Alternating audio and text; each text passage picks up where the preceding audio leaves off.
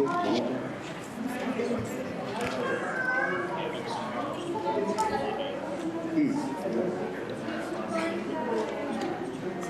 too late.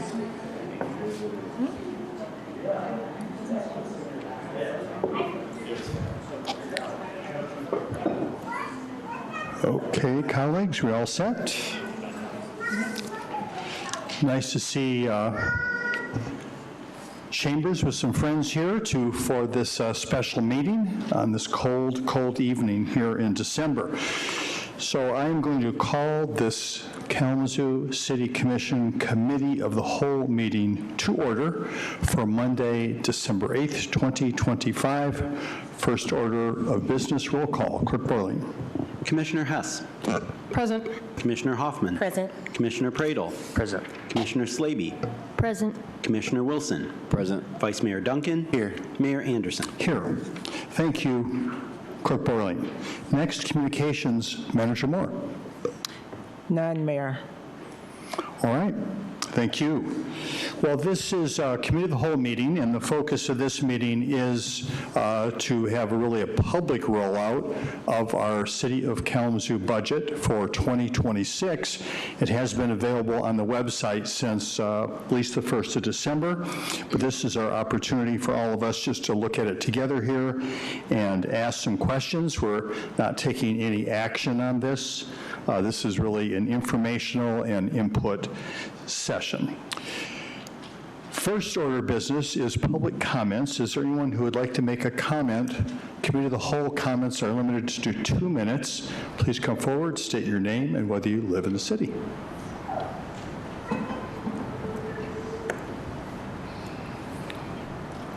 My name's Edward Nickerson. I live in the city of Kalamazoo.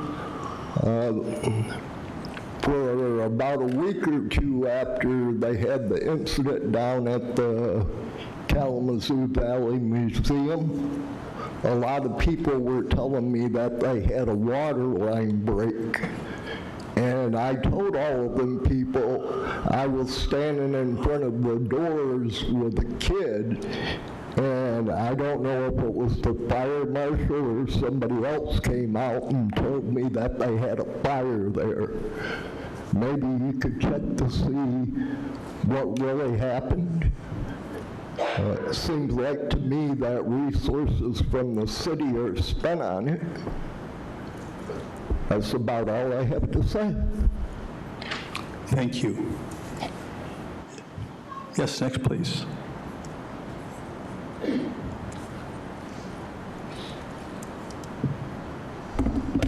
Hello, I'm Kay.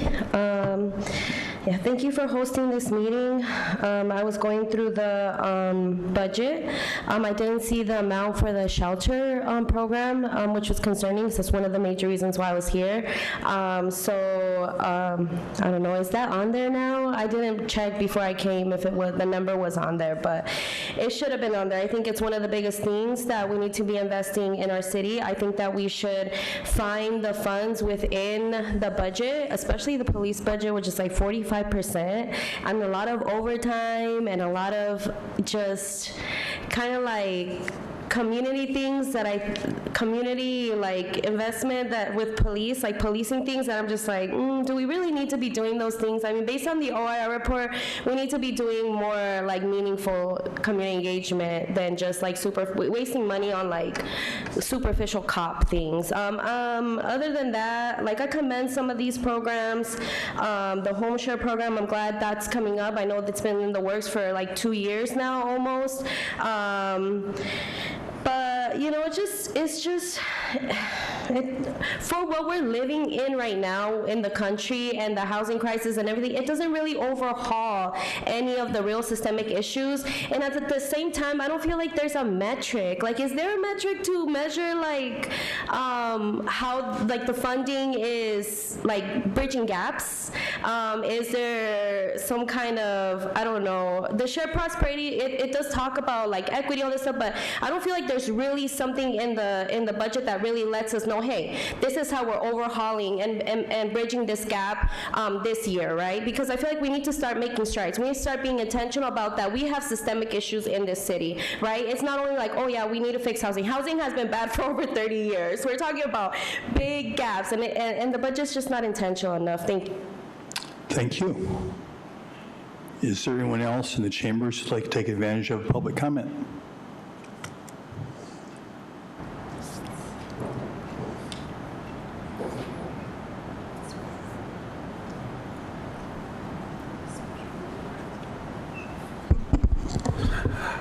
Hi, I am Albert. I live in Kalamazoo. And regarding the budget, I am concerned that every time I walk around the city or drive around, I see unhoused people out in the streets, even during the night, during the winter right now, which is kind of worrying. And I think like a big chunk of the budget should go to fix that very obvious problem that it's very visible and does affect a lot of people. Yeah, that's it. Thank you. Anyone else who'd like to take advantage of this public comment period? Seeing no one, thanks to those of you who did come and make an effort to provide us with a comment. And now we are heading towards our work session here. Manager Moore. Thank you, Mayor, Vice Mayor, and City Commissioners. It is, thank you. Okay. Thank you, Mayor, Vice Mayor, and City Commissioners. It is our pleasure to present the FY 2026 budget for your consideration.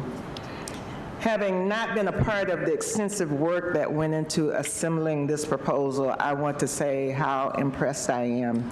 This budget reflects a thoughtful, responsive, creative, and fiscally sound approach to implementing your vision and meeting the needs of our community. I want to express appreciation to the 55th City Commission for its vision, leadership, guidance, and direction, and continued support throughout the process, throughout the development of the budget.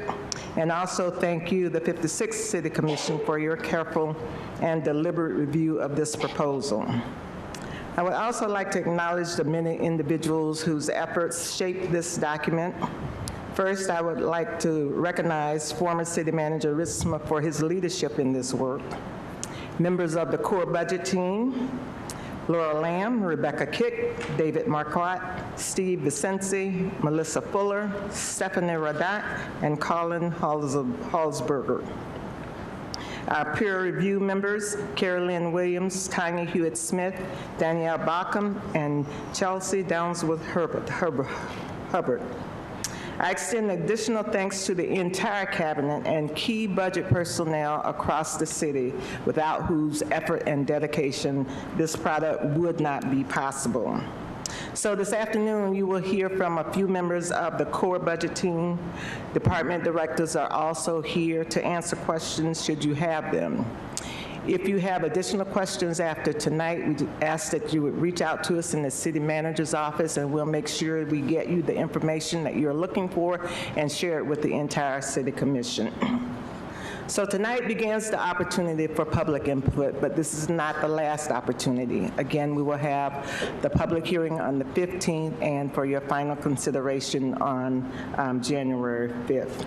So with that, I'm going to turn it over to staff so that we can begin our conversation. COO Lamb.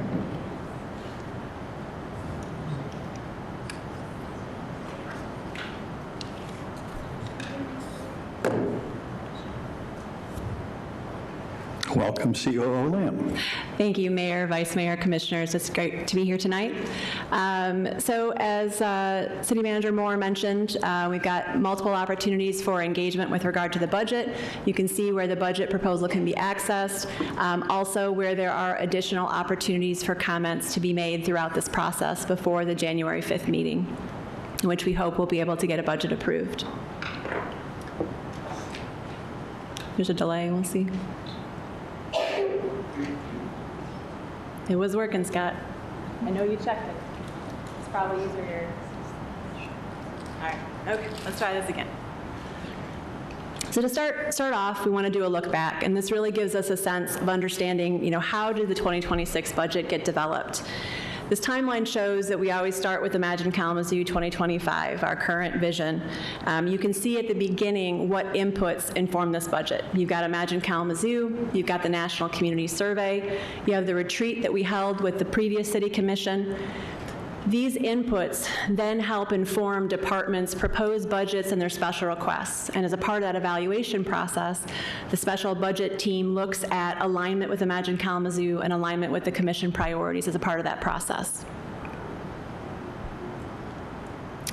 So a little bit of background on the National Community Survey, or the NCS. So the city conducts a community survey every 2 years. The most recent one was conducted earlier this year in January. This was the 7th time that we did the National Community Survey, and we do this to gauge resident perceptions on their life in Kalamazoo, government services, policies, programs, et cetera. NCS uses a scientific survey that allows us to take a representative sample of Kalamazoo. The survey used a probability sample of 2,800 households. It yielded a 10% response rate, which was about 281 responses. Now, the key to this is that those results are then statistically significantly weighted against our profile based on census and American Community Survey. That allows us to understand with about a 95% confidence rate and a 6% margin of error what we think the general population thinks about our services, about our programs. In total, over 600 communities use NCS. This allows us to not only benchmark against ourselves year over year, but also against these communities to understand where we might fall in the rankings. So this table here, it shows basically the residents' perception in terms of quality of services and in terms of importance. So you can see in terms of quality, education, arts and culture, health and wellness rising to the top. In terms of importance, you can see safety, economy, and utilities as some of the most important things that our residents feel, or that our residents rank.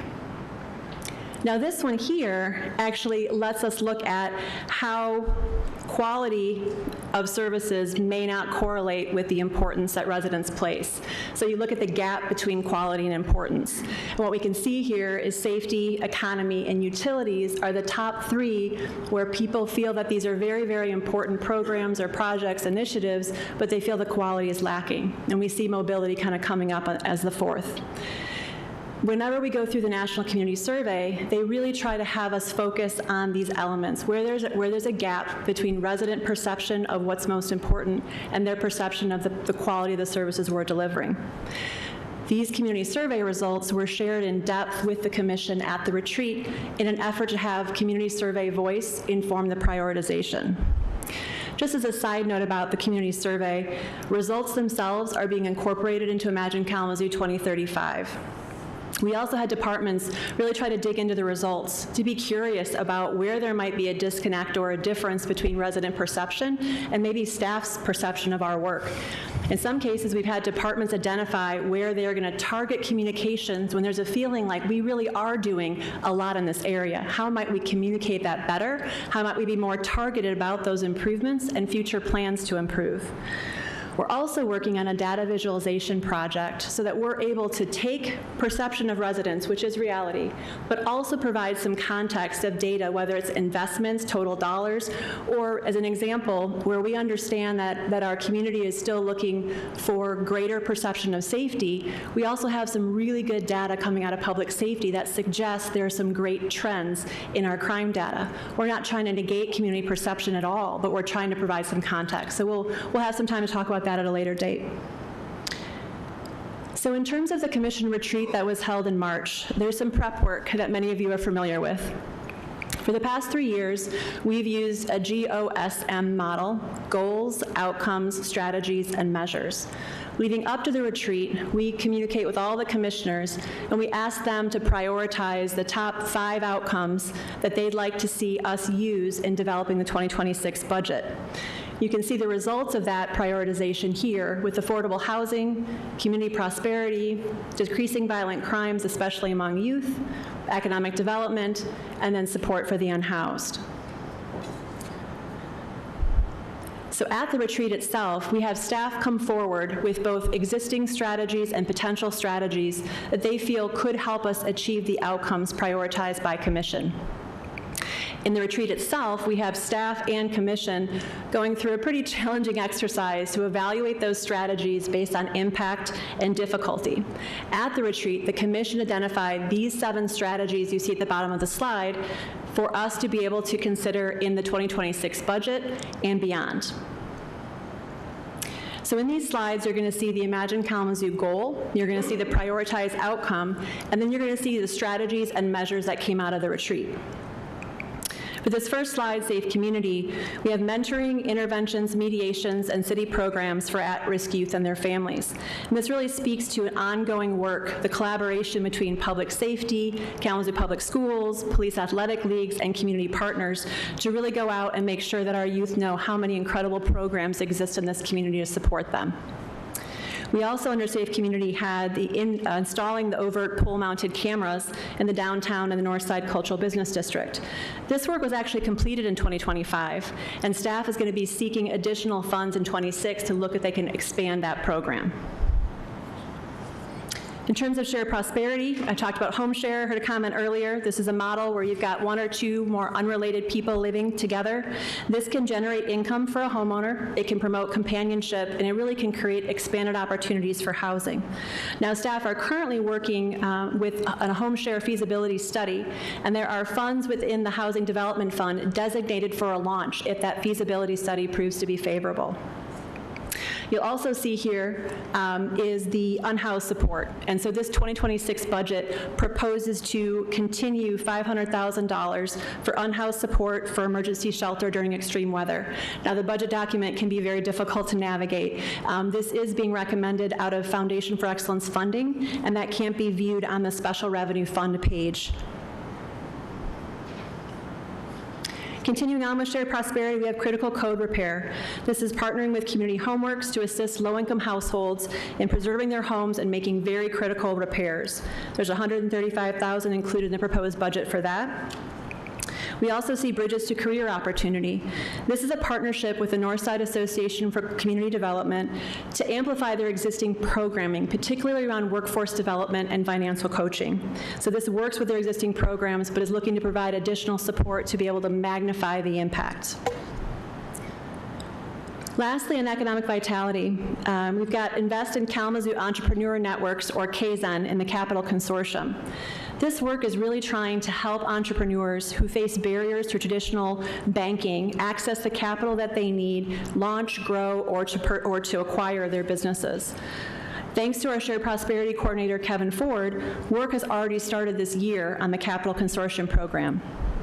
Mr. Ford was able to secure a grant through the International City Managers Association for us to join their economic mobility cohort. This is a national cohort which Kalamazoo has the opportunity to participate. In addition to the grant covering our involvement in the cohort, it also provided funds to support KZEN to start the work of relaunching the Capital Consortium.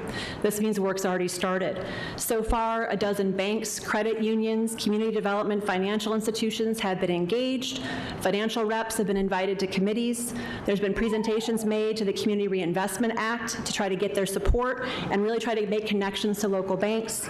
The ecosystem, the entrepreneur support organizations have been engaged to strengthen the launch, and there's also been a landing page established with the 2 committees, Access to Capital and Education, with history and information for interested parties. Now I'd like to introduce Deputy City Manager Rebecca Kick and David Marquardt, and they're going to dive into some of the key aspects of the 2026 budget. Thank you, COO Lamb, and welcome Rebecca and David. Thank you, Mayor, Vice Mayor, Commissioners. Good evening. So during the Commission budget session, of course, we discussed Imagine Kalamazoo 2025, and we discussed it for probably the last time. We're now on our pathway to Imagine Kalamazoo 2035 for the next budget session. So as we wrap that up, we're really proud of the work that we've been able to accomplish through Imagine Kalamazoo 2025 and the priorities that the Commission is funding in 2026. So these priorities cross-cut many of the 10 strategic goals that are in Imagine Kalamazoo 2025, and DCM Marquardt and myself will be highlighting those proposal strategies. You did hear from some of them from COO Lamb as well. But just to highlight the Housing Development Fund, which we fondly call the HDF, that fund supports affordable housing opportunities through 3 different strategies.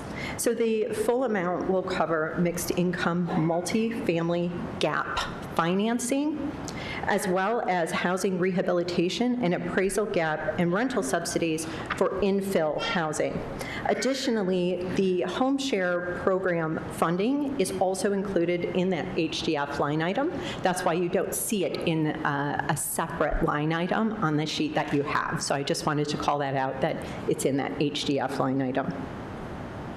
Again, COO Lamb talked about our commitment to keeping people in their homes funded through critical code repairs.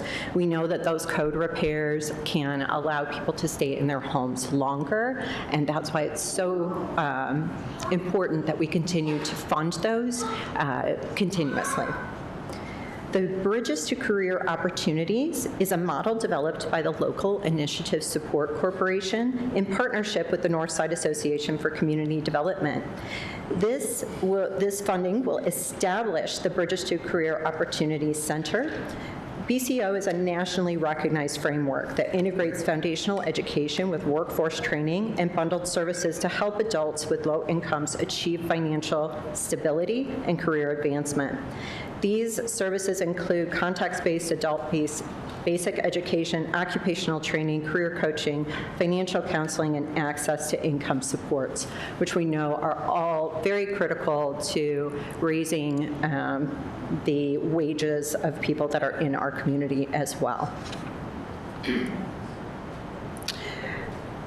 Another program that we have supported for several years is foreclosure prevention. Between 30 and 80 tax foreclosures occur each year in the city of Kalamazoo, especially in our core neighborhoods that surround our downtown due to financial emergencies brought on by medical bills, spousal deaths, or other emergencies that can cause loss or reduction of income. The goal is to reduce or eliminate these causes of annual tax foreclosures. And the program allows the county treasurer to assist owners experiencing a one-time qualifying event with financial assistance to avoid the foreclosure and retain their homes.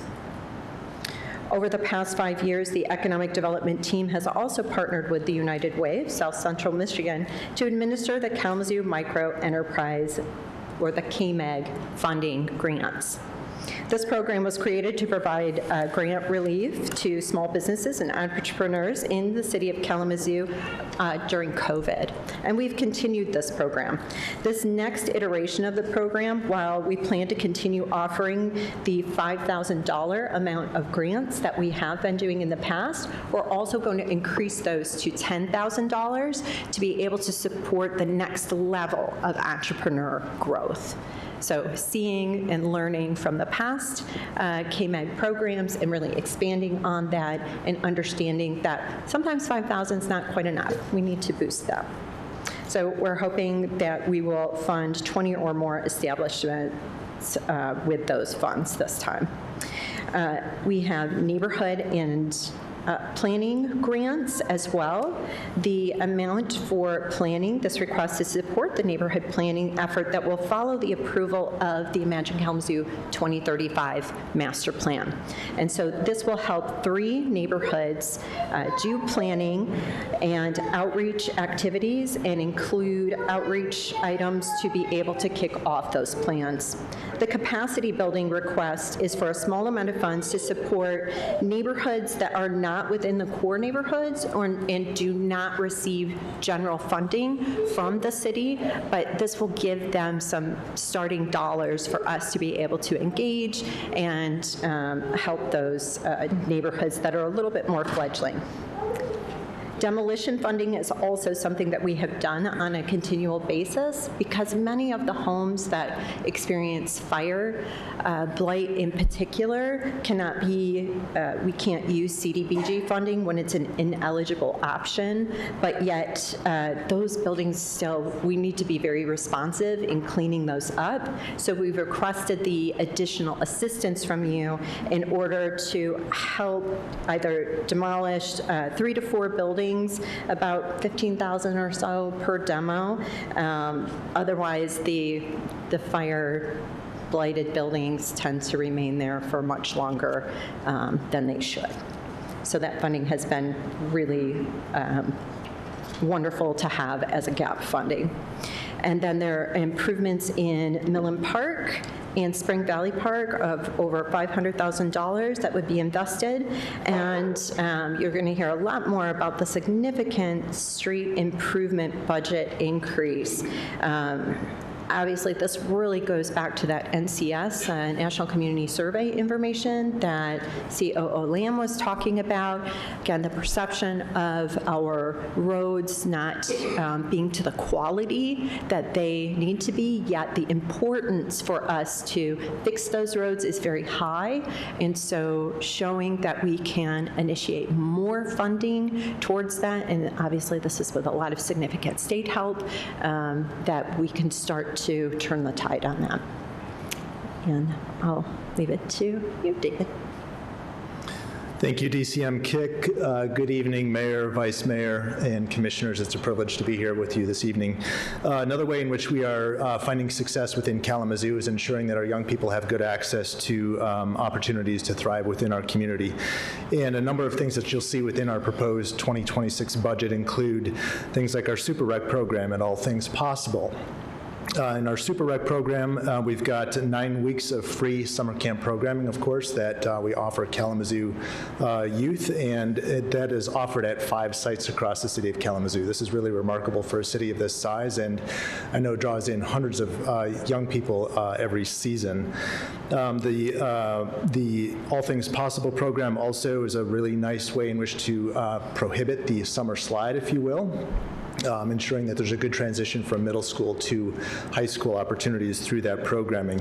Of course, the partnership with My City, KRISA, is another really important opportunity to employ young people ages 14 to 21, and we'll continue to support that effort through the FY26 budget.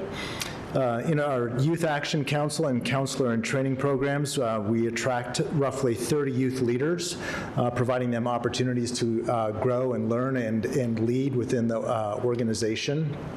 Specifically within the Parks and Recreation Department, in addition to a youth advisory board and providing them opportunities to lead in really unique ways and in really important ways that will help establish their strength moving forward here in Kalamazoo. And then the Police Academy League also, we've got a really great mentorship and relationship building program that attracts close to 2,000 individuals on an annual basis, so we're really pleased to be offering that up in our 26 budget as well. And we are also focused on ensuring safety and well-being, and specifically that has some things to do with our infrastructure. You heard a little bit about this through Director Baker and his presentation on our water rates last week, but we will be investing $38 million in federal funds into the Arcadia Creek through the Protect Grant. This is a really important stormwater infrastructure improvement that will pull 60 acres of land out of the floodplain, in addition to 70 homes and buildings that will be removed as well. You heard a little bit about our progress on the lead service lines as well from Director Baker. We will be investing $6 million through the FY26 budget. And again, that will help us significantly make progress on lead service line replacement to the tune of about 1,200 service lines in the FY26 budget season. We'll be making improvements, of course, through capital improvement plans for KDPS facilities and equipment upgrades. And then, of course, as you heard from Director Baker, investing in our water and wastewater improvements as well. And then finally, we look to create a stronger city organization. We recognize that our strength is in our diversity, and so we will be building some new DEI conference and training opportunities with the County of Kalamazoo starting in the fall of 2026.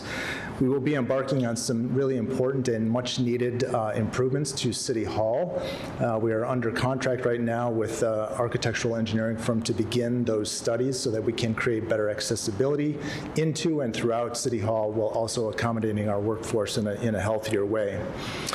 This commission and the previous commission has also adopted a number of budget requests for us to make improvements to our crosstown facility. This will continue to accommodate public safety teams, but also accommodate community planning and development, our communications team, and internal service departments as well.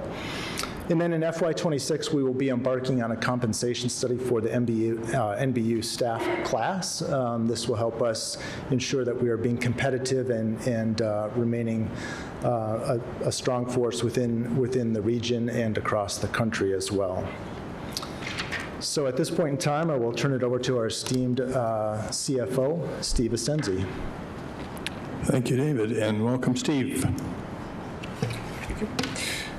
Good evening, Mayor, Vice Mayor, Commissioners. I'm going to take you through some of the numbers behind a lot of the projects and different things that you just heard about what we're doing with this budget. So for starters, this budget is a decrease of 11.4% from last year. Majority of that coming in our capital plan.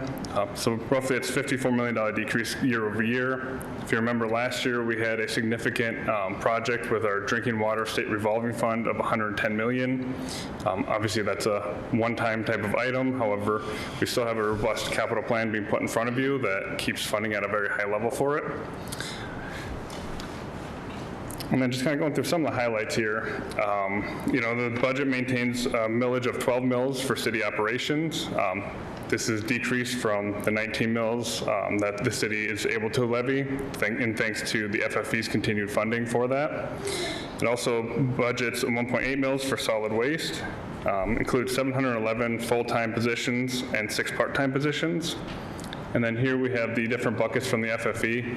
16.6 million going toward tax reduction, 5.1 million towards budget stabilization, and another $5 million in aspirational projects. This year, we're happy to report that we're expecting increased funding to our local and major streets programs. The state, with their budget, reworked some of how the gas tax works for road funding. We're expecting a roughly a 33% increase to those funding levels, which will help support the increased capital plan and operations going forward. We're also creating a new building inspection fund to carry out state building code inspections.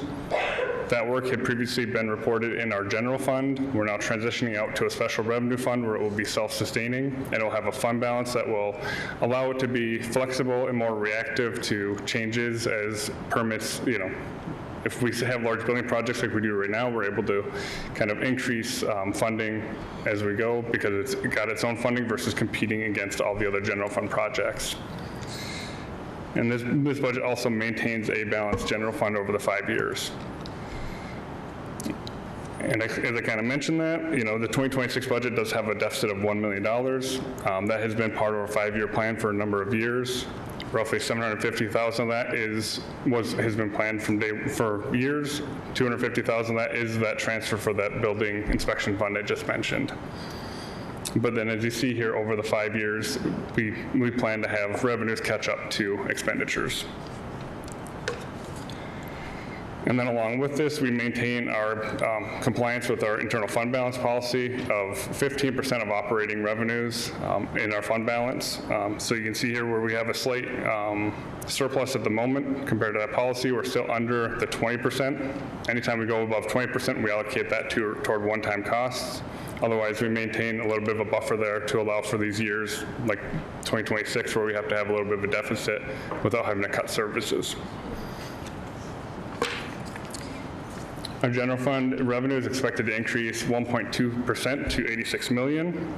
As you look there, you see the breakdown. Largest share of our budget comes from our property taxes, with the next largest portion coming from the FFE and other revenue. And then also, followed up with state grants and revenue sharing, and then other charges for services. As I mentioned, property taxes being the largest part, we're quite aware that there has been a lot of discussion, publicly, nationwide, statewide about, the amount of property taxes that are out there. As you look at a typical city of Kalamazoo resident, roughly 47% of their tax bill goes towards education between the state education fund, K-recess, school debt funding, other millages there. So if you look at your tax bill, you can see all those millages.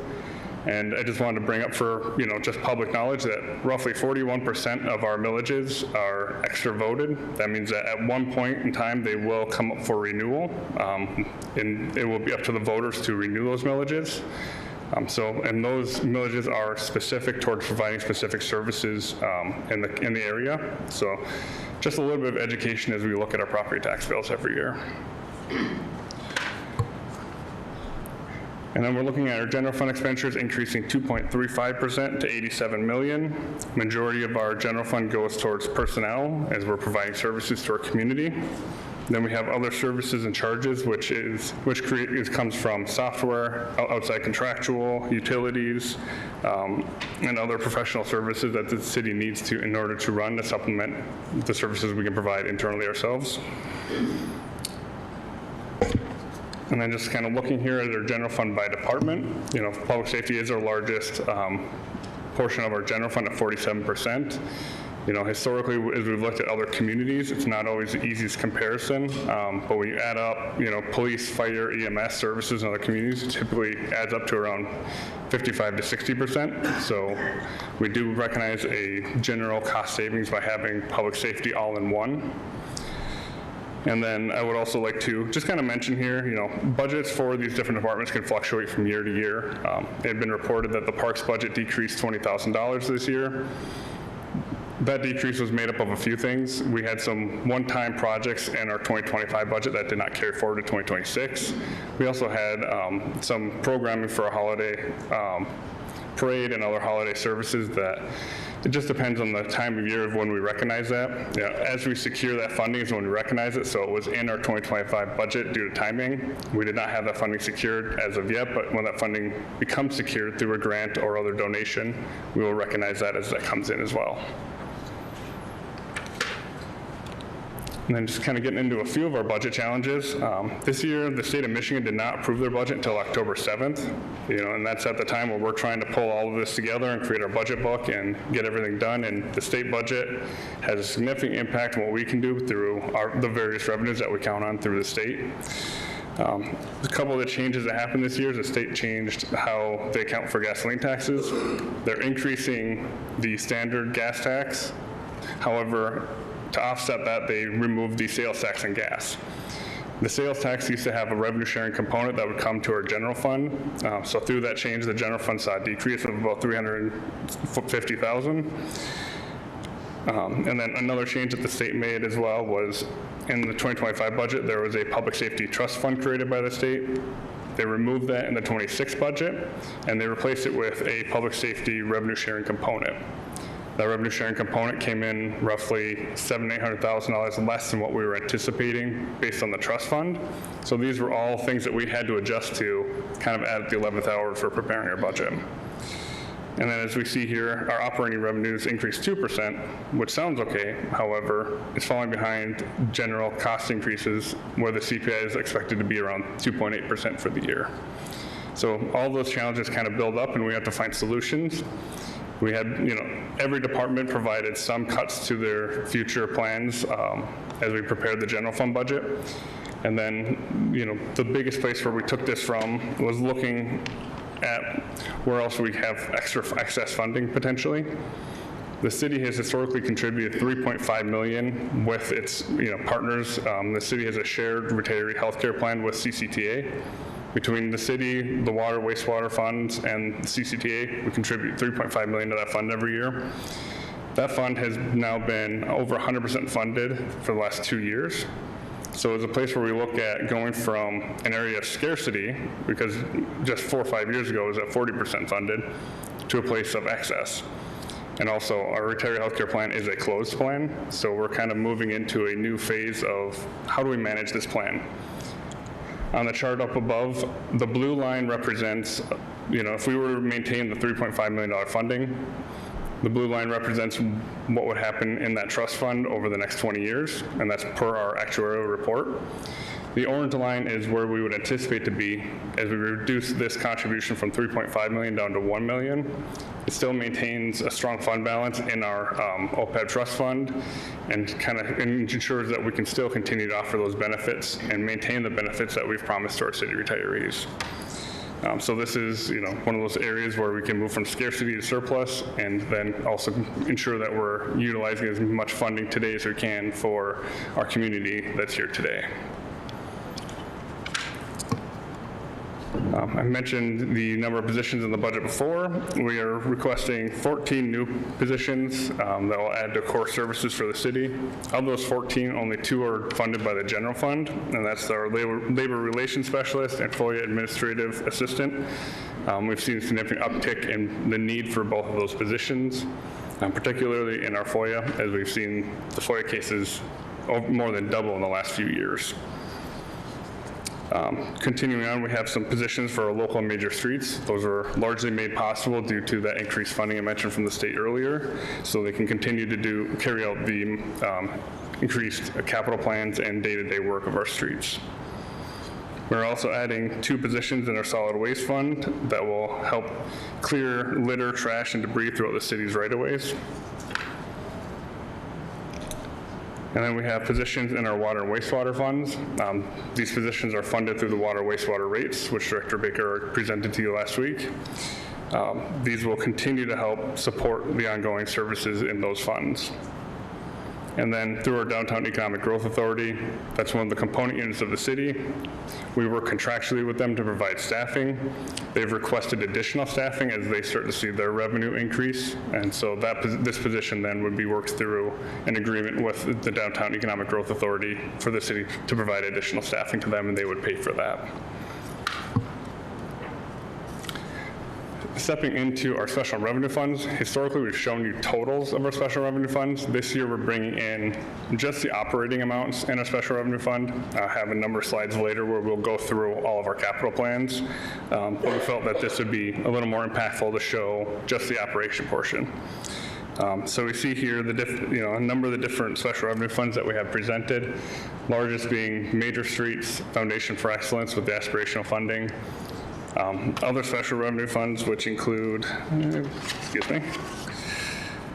our Kalamazoo Municipal Golf Association, Cemetery Fund, the Building Department Fund for inspections I mentioned again earlier, Drug Enforcement, Historical Commission, and Blight Abatement.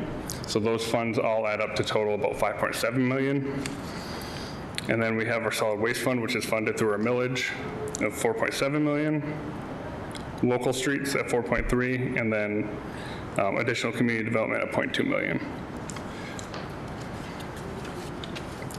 And then stepping into our enterprise funds, we have our water, wastewater, and parking funds. These are funds that rely upon the charges for services that they can derive through their operations. There's no general fund component to any of these funds.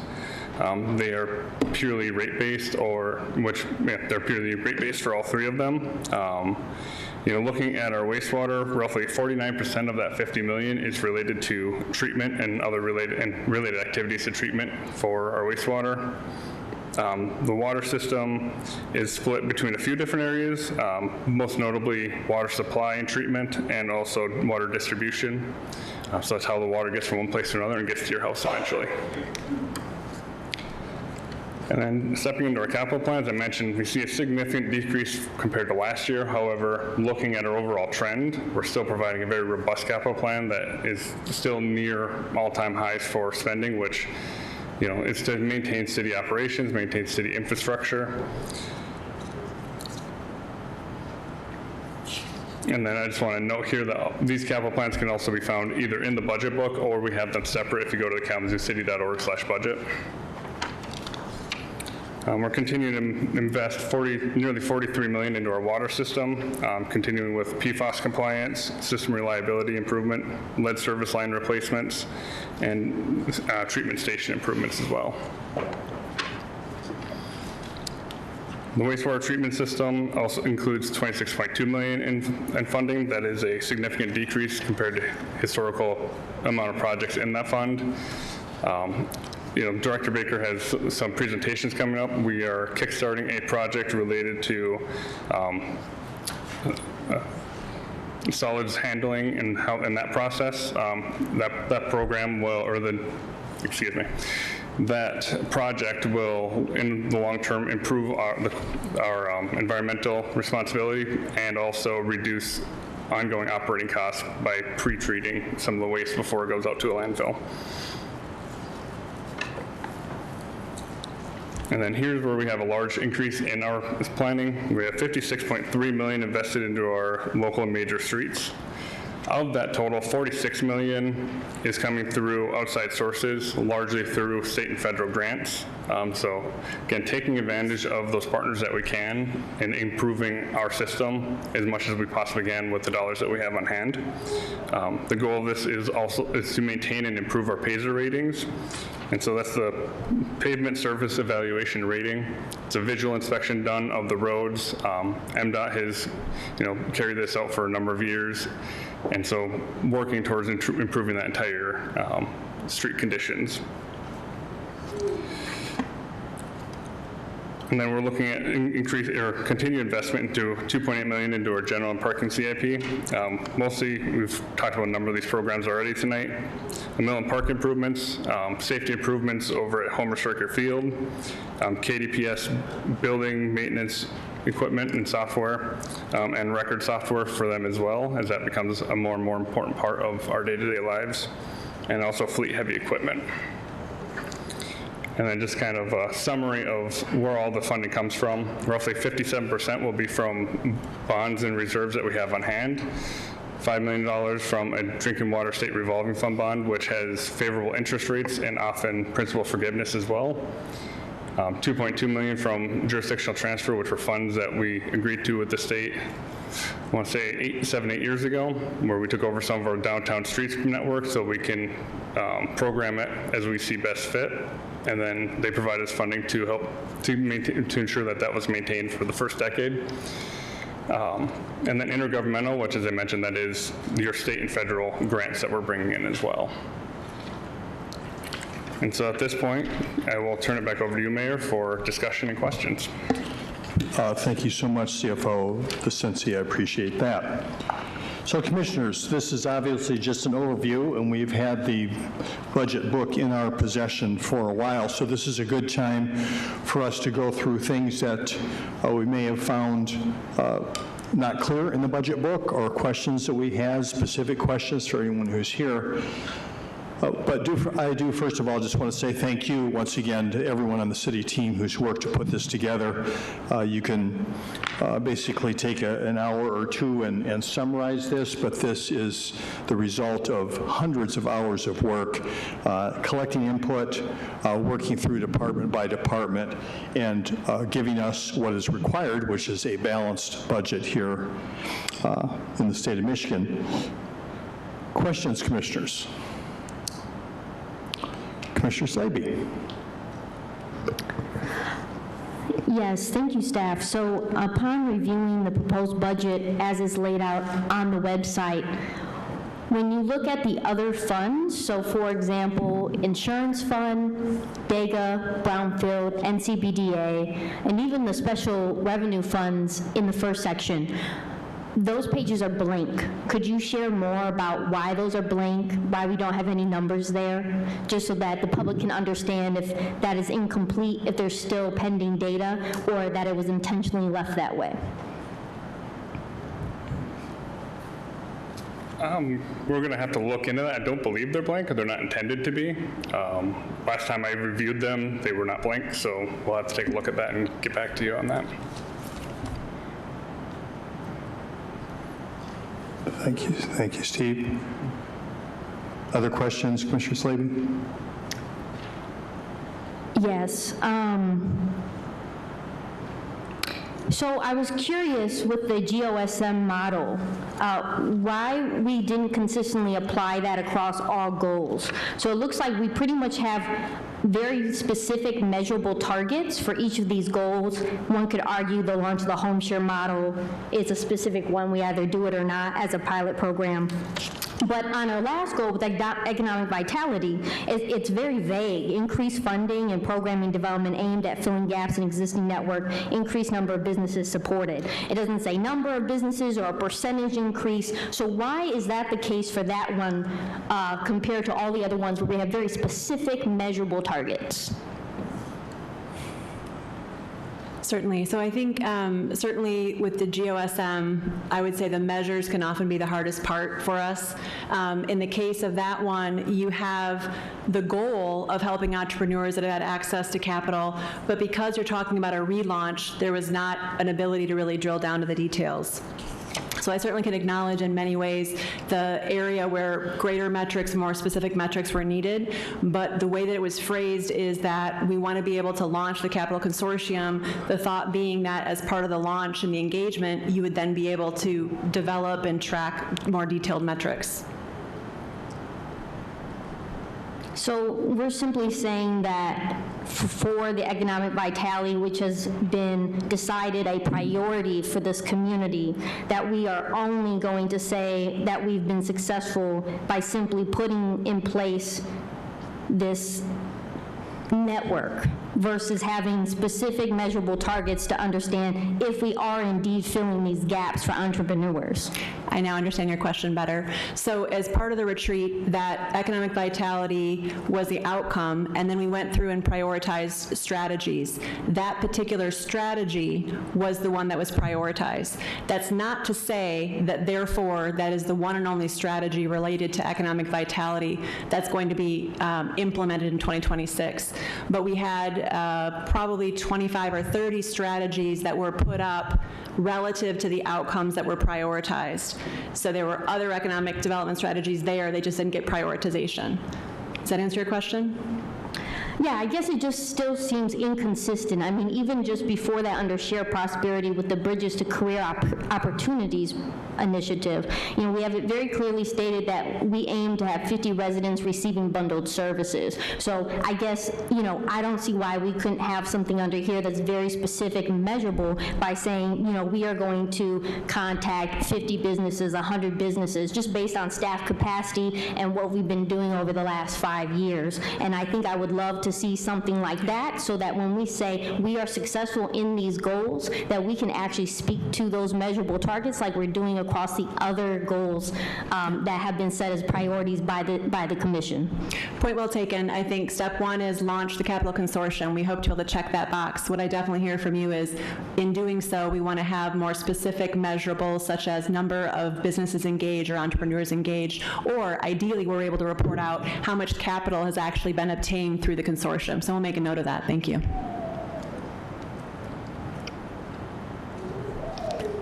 I'll let everyone else have a turn. Okay, Commissioner Slavy. Vice Mayor Duncan, did you have a question?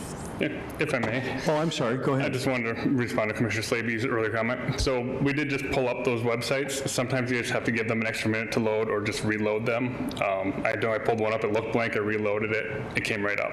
So those are active. Okay, I will say I did pull it up when you said that it was there. I was able to pull it up on my desktop, but I still can't pull it up on either of my mobile devices. So I'm just, you know, if there was a message on there in the text saying, you know, please wait, that there may be, you know, a delay in the data downloading, because again, I've tried this several times on mobile devices and I haven't seen it, so I'm thinking about our residents, and if they, you know, if they go on there and they don't see that there's at least a note saying that there may be a delay in the data downloading, that they may be frustrated and not understand why it looks incomplete. Understandable, totally agree. Thank you. Vice Mayor. Mostly questions about public safety. So do we have somebody that can speak to that here? Yes. Okay, so I see public safety taking up almost, you know, half of the budget. Would you be able to speak to response times, outcomes, et cetera, so that the public knows what we're getting for our dollars? Sure. Thank you, Vice Mayor, Commissioners. Yeah, I'd be happy to answer those questions because it is a significant investment, and we recognize that. And as you saw from the surveys, it's also a very important need for the community to have a safe community. And I will tell you that we are a very busy department for that investment. Year to date, we have responded to 128,057 calls for service. Again, it's 128,057 calls for service year to date. We have responded to little over 340 fire calls and around 8,520 medical calls. So very busy department, and the thing I'm very encouraged about is our crime stats are really trending in a great direction, and CO Lamb kind of alluded to that, and I have some great numbers to share that I'm going to be sharing publicly here soon, year-to-date numbers, but we are down 16% from last year in Part 1 violent crimes, but we're also down 15% in violent crimes from 2 years ago. We're down 29% in violent crime from 5 years ago, and we're even down 10% in violent crime from where we were 10 years ago, which I think is a very significant trend. Same with property crimes. We're down 12% for the year, down 26% from 2 years ago. We're down 38% from 5 years ago, and we're even down 16% from 10 years ago in property crime. So those are all very encouraging. The other thing that's been a city commission priority, and we appreciate the support of the commission to invest in public safety personnel and technology to make us more effective, but gun violence has been a #1 concern in our community, and we are down this year 23% in assaults with firearms from where we were last year, but we are down 36% from 2 years ago, and we are down 49% from where we were 5 years ago. So it's very encouraging to see that the strategies and the investment is paying off. Homicides are down significantly from all-time highs that we had in 2023. We're down 30% from last year in homicides, 67% from 2 years ago, and we're down 50% in homicides from where we were 5 years ago. And this year we've had 7 homicides, and the detectives have worked hard with our community. We've solved 5 of those 7, and the other 2 are currently under investigation. But you also asked about response times. Our response times are, for a shots fired call or in progress call, is about 203 seconds, which is 3.4 minutes on average, and it's a little over 7 minutes for all calls for service. So we try to be very responsive and quick, and we respond to, if you call, we respond. And so, again, we are working hard, and I'm very encouraged with our community partnerships and strategies that the data is showing that we're trending in the right direction.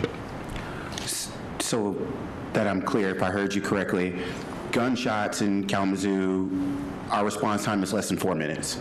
Yes, it's just a little over 3 minutes for shots fired calls. That's on average, so many times we're there quicker, but on average it works out to 3 minutes. Thank you, sir. Yep. This one isn't about public safety.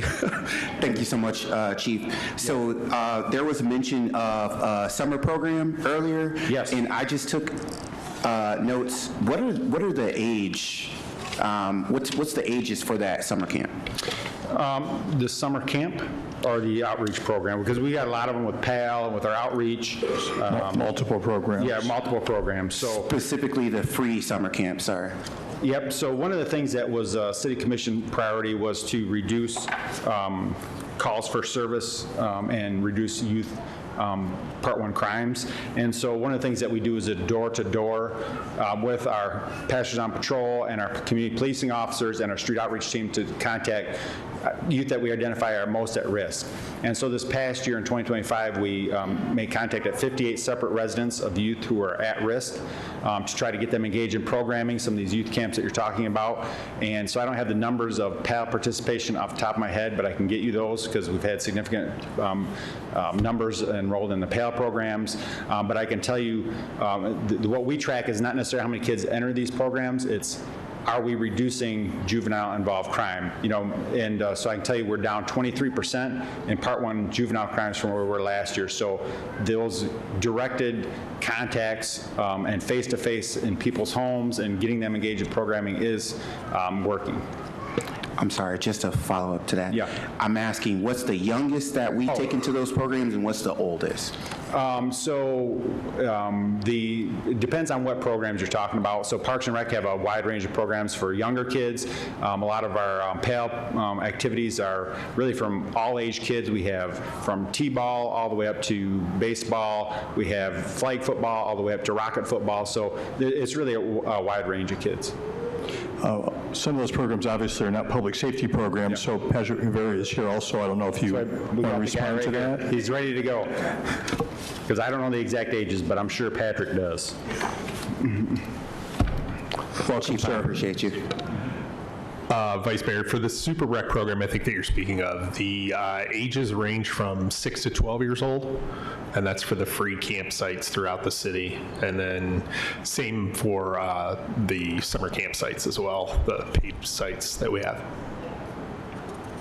Thank you, that's all. Thank you. Other questions, Commissioners? We'll give everybody a first chance here just in case. Anyone else who has questions right now? Yes, Commissioner Hess. Sure. So one of the things that we have is this, from the safety, go ahead and stay here, Chief. We have this perception of a safety gap. And we're hearing good things from you. I know that we have our public information officer, Zach Hamilton, putting out all kinds of great information. Maybe you can share what kind of things that he does and the new, like the video series that are coming out and things that are coming out so that people can understand how hard you're working. What our officers, our sworn officers and our detectives and our civilians are actually doing on behalf of all the people of Kalamazoo to keep them safe. So it sounds to me like, and from looking at the data, thank you. We've been working really hard, and you've heard us in the last few commissions here about our priorities. And there is a perception of a lack of safety in Kalamazoo, and how are we going to turn that around?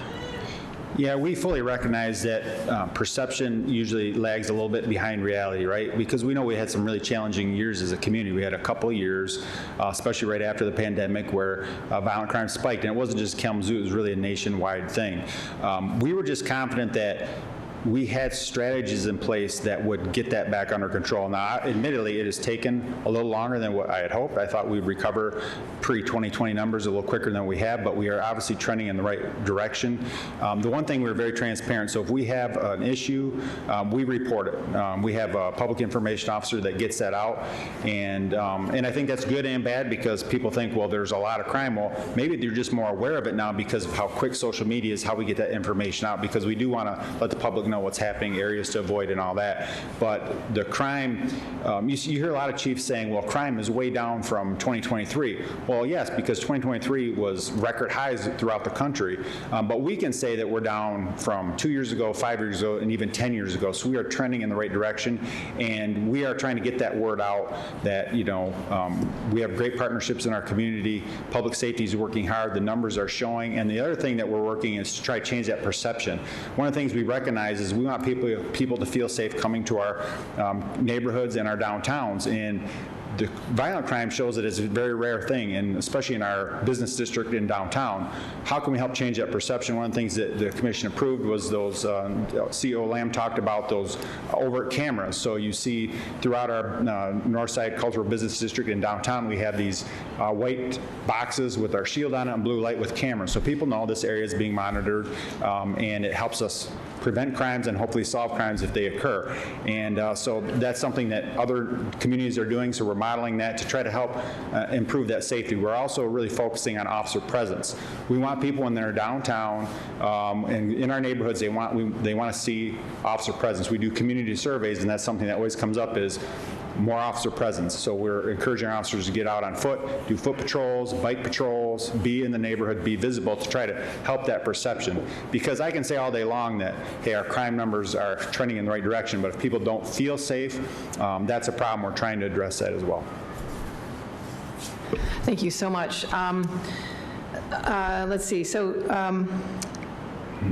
I think that was all that I needed from you at this point, but there, in terms of perception of, and maybe you could speak to this before anyone else might like to come and join in the party.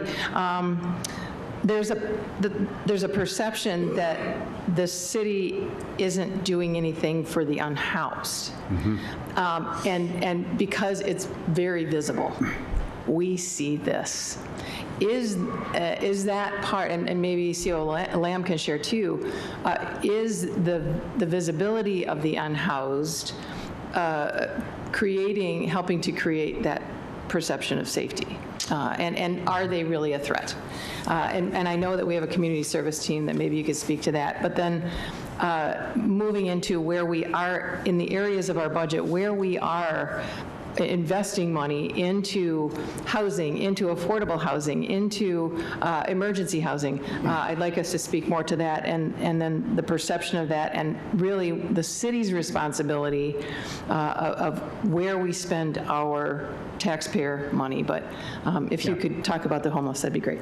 Yes, thanks, Commissioner. Yeah, I do believe that when people come downtown and there's a homeless population, that does create a perception that it might not be safe, even though statistically, we don't have violent crimes committed very often by unhoused or any more so than any other member of the community, but I think it's that perception. So one of the things that we address, especially putting resources into our community service team, which is our houseless outreach team, and we have a really good staff, and we had a sergeant and officer, and we increased that, so we have 3 officers and a sergeant and a lieutenant that oversees it now, so we put a lot more resources into it, because the big thing is we know a lot of those folks that you see downtown, you can't lump homelessness into, when you talk about unhoused downtown, maybe in particular, you can't paint everyone with the same brush. Everyone has different needs, and one of the things that we had to do is identify who these people are, build relationships with them, find out what they need, and our community service team has been able to do that because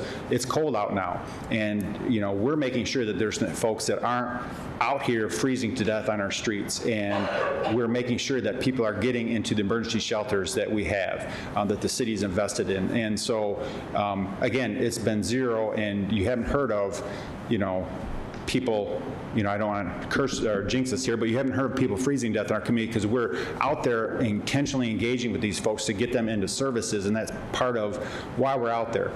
It's not just about, it's not necessarily enforcement, although that can be a piece of it, because we also have to make sure that, people follow our laws and ordinances, but we're also, the main focus is try to get them help and services if needed, and to try to get them in shelters. It's too cold. No one should be living out on the street right now. It's too cold for that, and we're trying to get them, but many times they're able to do that because of the relationships they have with our community service team, and they're willing to get help that they normally wouldn't be willing to get. And I think we've seen a lot of success with that. We've had some really good success with our Finding a Way Home program. I think we've served so far over 70 individuals this year to help them connect with resources, because a lot of people they have no ties to Kalamazoo. They just end up here. What can we do to get them back to their support system? So all that is done through our community service team, and they do a phenomenal job, and they have responded to and helped a lot of folks out there.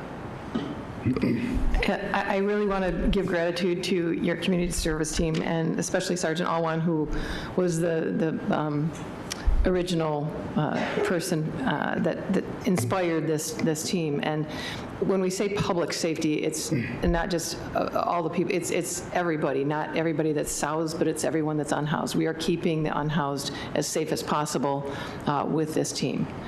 Yes, because oftentimes they're the victims of crime too, right? So it's certainly a part of it. And then thanks for mentioning that, because Sergeant Alwan is retiring, and tomorrow is his last day.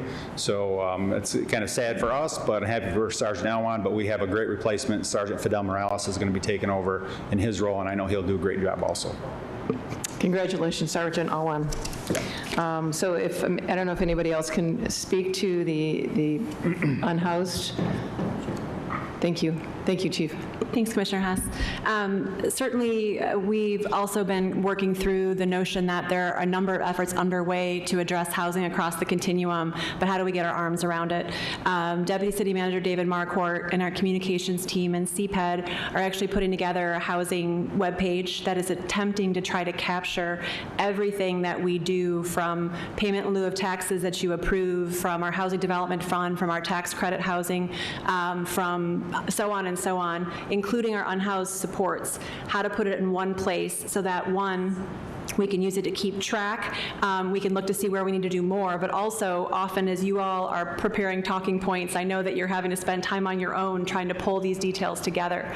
So I would say we're probably about 75% done from being able to kind of share proof of concept. We'd like to put a little bit more details in there. We can highlight what's being proposed in the 26 budget or what might be approved depending on when we launch it. But that will be an effort to try to more definitively demonstrate all of the ways in which the City of Kalamazoo is supporting across the housing housing continuum. With regard to the 26 budget, quick math, about $2.5 million of the $5 million of FFE being requested is going towards housing-related activities. Between the Housing Development Fund, between the emergency shelter, foreclosure prevention, critical code repair, you'll see that just under 50% of what's being requested at FFE is to support housing activities.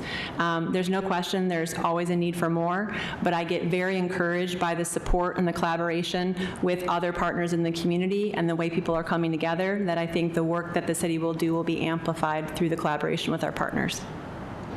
Thank you for that. You're talking about our collaboration with the county, which actually has a housing millage, and the community, and the continuum of care, and all the other nonprofits that are in the community that we work with. So thank you for that.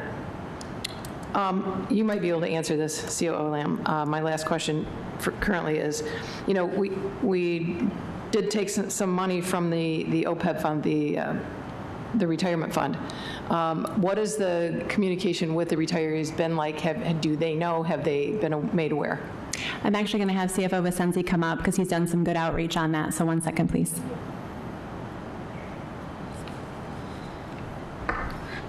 Yeah, so related to the change in our funding for the OPEB, I met individually with the president and vice president of our retiree group called URGE.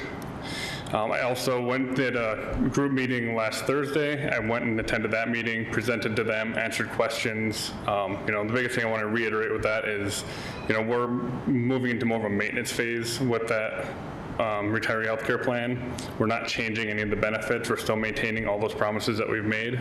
We've just moved into a place where overfunding it would limit our ability to use those dollars in the future. So we want to properly fund it. Yeah, so I just wanted to make sure that the retirees are comfortable with the changes that have been made into this fund. Yes, the ones I spoke to, and I did speak to their entire group that came to that meeting. They also post their meeting. I believe they post meeting minutes for the group, that anyone that wasn't able to attend as well. So they were fully comfortable with it. There were no objections to what we were doing. They understood where we were and where we were trending in the future.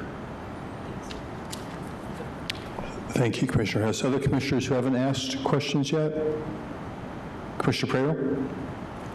I always have questions, Mayor. I know that. I'm not sure how to do this exactly because I don't want to have to keep popcorning people to come up, but I do have a few questions from CPED. If someone is here, I could speak to those. So Director Mitchell's coming up. Thank you. I just first want to say thank you for including home share in the budget. I know that has been something that I have tried to make sure to lift up for multiple years, but going back all the way to when Vice Mayor Patrice Griffin was on commission, that was when we first started to bring that work forward, but also want to really make sure to thank Toby Hannah-Davies and Martha Huckabee, who both are big advocates for that locally as well. So I'm really excited to see where that goes. My question for you is in terms of for funding that, we definitely want to try to set that up for success. Mm-hmm. And part of doing that, I think, is diversifying the funding that can go into that program to make sure that if the city were to find itself unable to fund it in future years after the first 3 years, that there's a diversified pool in the community that's potentially helping to support that. I was curious if there's any consideration with what our budget amount is for that program in 2026, if there's any interest in going to Housing for All millage or senior millage or other county or community partners that are passionate about funding housing initiatives to see if they want to help contribute to support it in future years. Mayor, loaded question, sorry. Yes, no problem. Mayor, Vice Welcome, Mayor. Director Mitchell. Thank you for having us up here to answer these questions. To my knowledge, from talking to staff this week, that they're pretty much assessing all those options. And once they get done with assessment review, they'll be able to make more of a recommendation on the structure of pretty much what organizations want to participate in, but also what the funding requirements for all that participation would be. And I would imagine for this budgeted amount, it would restrict those efforts to probably the city of Kalamazoo until there's funding for outside areas as well. To my knowledge, that's true. Okay, great. The other question I had for you, and this might be challenging to answer, it might be something that's kind of a follow-up one, so please excuse me in advance, Director Mitchell. So anyone who's followed things that have happened in the state recently, followed cannabis and the taxing of that at the state level. I believe that the state is taxing 24%, which there were a lot of concerns about how that would impact the industry, about whether things would go back, I guess, underground, or whether that would impact a lot of local businesses and the sharing of revenue with local communities. I was curious if you have any insight or have heard anything in terms of like concerns or projections of how that could impact us locally, because that has been a pretty significant area of revenue for us since we legalized cannabis. Yes, you are correct. We have gotten feedback from the cannabis industry locally, and it will have an impact on them significantly. We're looking at how to maybe reduce some costs that they have locally with us in our process to assist, but also hopefully getting them to work more in a collaborative effort with our Kalamazoo Community Cannabis Chamber that we created as well, to strategize on better ways to work with the state. The tax was I won't say surprise, but significant impact on them locally here in Kalamazoo, but also the state of Michigan. So it'll be interesting next year how, quote unquote, funding reductions will happen for that industry, which may close down some of the local businesses here and also across the state of Michigan. Thank you for that. The other question I had, talked about a little bit about neighborhood capacity building funds, so outside of the core neighborhoods, and was wondering if someone would be willing to just talk a little bit more about what's envisioned with that and how that would look moving forward as well. We may have to invite Ms. Anderson up on that one, so here she comes. Planner Anderson. Thank you, Director Mitchell, as well. Commissioner Pradel. Capacity, neighborhood capacity building. So as Rebecca Kick mentioned, we currently fund many of our core neighborhoods, our 5 core neighborhoods, through our general fund. This is a small dollar amount that is intended to help us in a similar way serve the other neighborhoods. Remember, we have 22 that are all in different levels of organization. So some we have really no great point of contact to ones that have awesome, like, long-running volunteer organizations. And the goal is to bring everybody up to a place where we have, where the neighborhood has a good point of contact, so they can reach out to their community for whether it's events, whether it's there is a emergency and we need to share information that way. We want all neighborhoods to have some level of organization for communication, and on our end, we want to be able to have that two-way conversation and two-way information sharing with the neighborhoods. So these funds will help us focus some of our time outside of our core to lift up those organizations, help create organizations where they don't exist, and so forth. I think that's so cool. I'm really excited about it. I think it would be key to try to figure out a way that's equitable distribution and figuring out how to do that. I just know that there's a lot of neighborhoods that have interest in doing something more, maybe looking at bringing on a full-time or part-time staff member, but those challenges are a barrier, so that's really exciting to see that. The other, I think this is the last CPED question as well, is about blight elimination. Really interested and passionate about that, but my question for you is, DCM Kick, you mentioned that the goal was to try to fund 3 to 4 of those house demos if things happen. We know that last year we had a serious arson issue where we had far more structures than usual that had been destroyed effectively because of that. And my question would be is that guidance in terms of aiming for the 3 to 4 based on like a 3 to 5 year trend of what we typically see as a community, or is it just kind of a baseline of where we want to start? And then kind of secondarily to that, if we see ourselves in a situation where we have a year like we had last year because of some unforeseen horrible situation like that arson issue, how do we make sure that we don't have a dozen homes laying destroyed around our neighborhoods.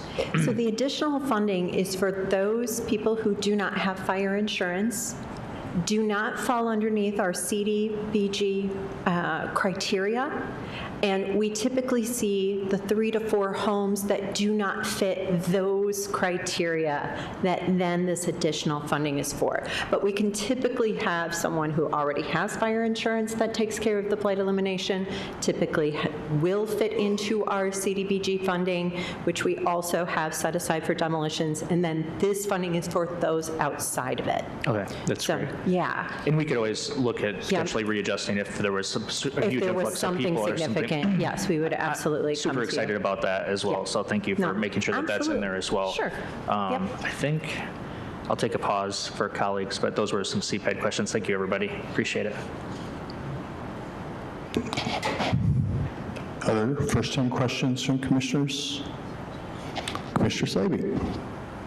Thank you. I did just want to note for our CFO, on one of my mobile devices, I tried to open up one of those 4 fund sections, and 20 minutes later, it still doesn't show up. So I would like to say it isn't accessible for all devices. We can talk more afterwards, so that's totally fine. So my question was about this new building inspections fund. So I don't know who can come up and speak to that. Specifically, it sounds like, from previous discussions related to this, that it's going to cover all expenses. Does this include also car leasing?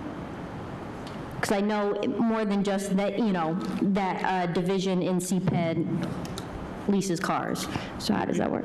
Yes, for that activity specifically, it would cover any car leases related to those employees doing that work. Okay, so all expenses tied to the building inspections division would be expected to be covered by this fund? Correct. That fund is expected to have a surplus in 2025, and then projected forward with the activity that we're seeing in building permits and building coming in the next couple of years. We expect it to continue to be, potentially at a surplus or, break-even point going forward.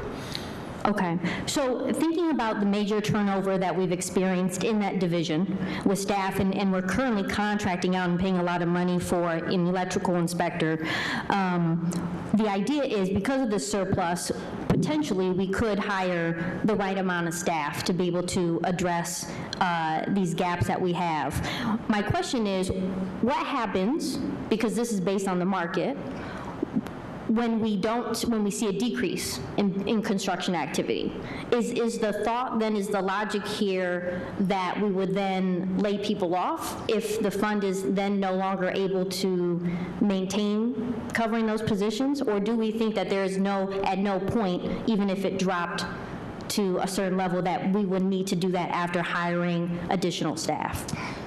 I don't think the intention would ever be to lay anyone off. I think it's right-sizing the fund between the staff we have and the contracts we have. If anything, we would decrease the use of those contracts before we ever got to the point of having to lay anyone off. Right, but let's say we get another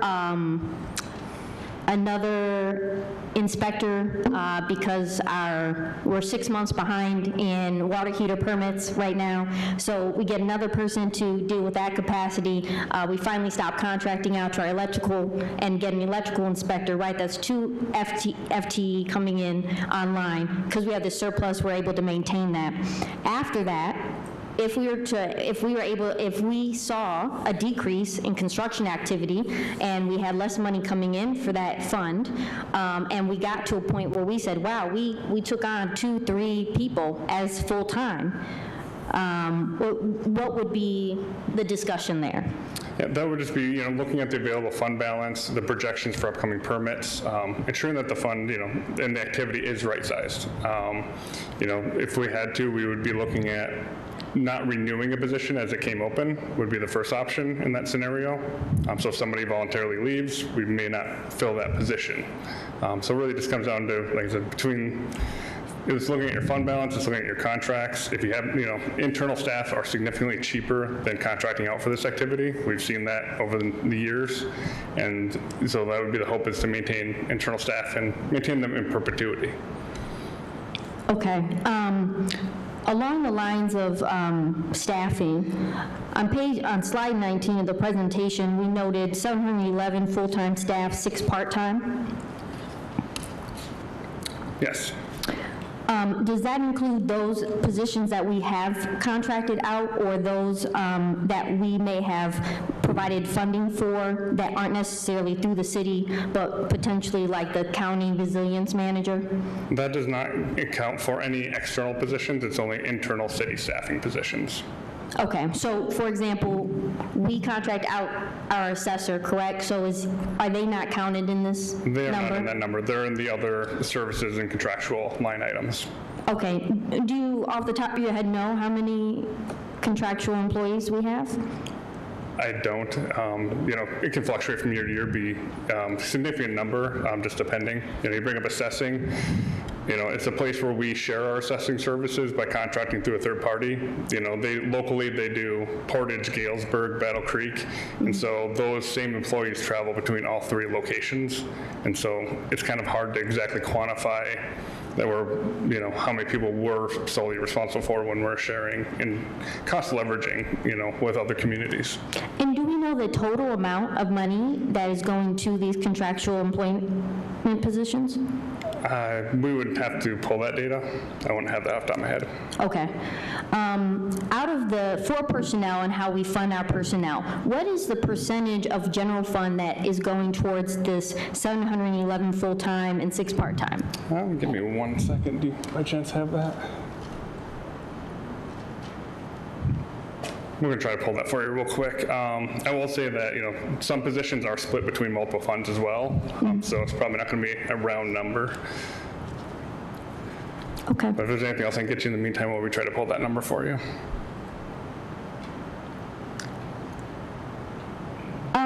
Well, I had a question around another staffing. So for solid waste, we're looking at adding 2 laborers. Is that going to be covered under the solid waste millage, or is that coming from our general fund? That's going to be under the solid waste millage in a separate fund. Okay.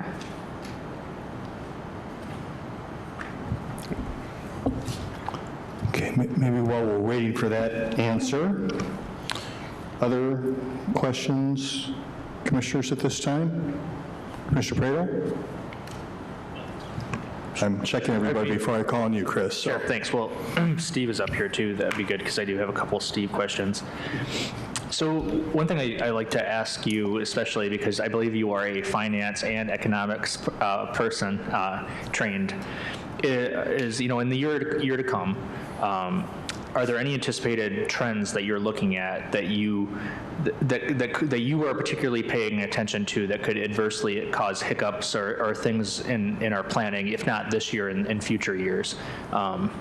If you had like the top maybe 2 or 3 things that kind of, I don't want to say keep you up at night, but that you think about often or that we should be paying attention to in concert with you, what would you say those are? Yeah, for the city, it's monitoring the cost of housing. Our property taxes are directly related to the increase or decrease in housing values.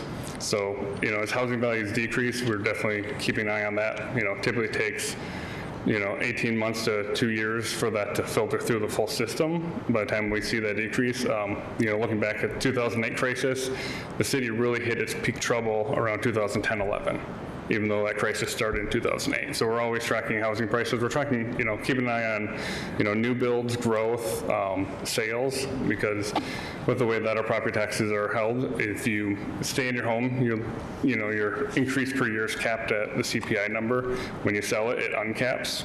So especially for larger buildings and sales that may not have turned over in a few decades, those can have a significant impact on our future revenues. And then beyond that, we're just tracking our different services, seeing the use of those services, different permits, keep an eye on, are we keeping up? Are we projecting those things to increase in the future? I remember, so this might have been a couple years, well, this was when it was like peak inflation, like 9.2%, and I think it was June 2023, or maybe when it was the highest level. But I remember Director Baker, when he was doing presentations, was talking about like how cast iron piping we were trying to buy in bulk because that had gone up like 300% or something wild like that. And I guess in terms of just like looking at the macro level of the city, are there any inflationary pressures or things in particular that you're particularly watching or causing particular strain on us as an institution? Yeah, I think we're always keeping an eye on that. What I've seen more recently is things have calmed down quite a bit. Doesn't mean that we don't have areas of struggle. Just track the cost of different commodities. And over the last 12 months, copper has seen a spike. And so when copper spikes, that makes those lead services more costly to implement. So we're constantly, through our purchasing, through our bidding, keeping an eye on those things, making sure that when we do put bids out that we're staying within the budget we've allocated. Sometimes it's getting creative by, bulk purchases and keeping an inventory on hand here. Other times it may be downsizing a project that we wanted to do more, but now we have to live within the means that we have. Mm-hmm.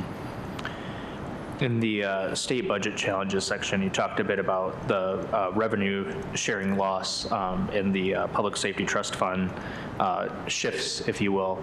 And I was wondering if you could just kind of talk a little bit more about particularly the Public Safety Trust Fund. There was that $700,000 to $800,000 and how that shifted, and explain that a little bit more of how it's different than it was before and how that's going to look going forward. So in the 2025 budget, there's a public safety trust fund set up for cities and townships. As they negotiated, that was eliminated, and they implemented this new public safety revenue sharing component. They funded it lower than the previous amount, but also they included counties in that, which took away a little bit of our funding. And that is something else we'll be monitoring going forward, because the state has projected to decrease that funding in the future as well. They provided one-time funding in 26 that they said do not expect going forward. Oh, wow. So we're expecting that to come down. Trying to remember the exact number, above 20%.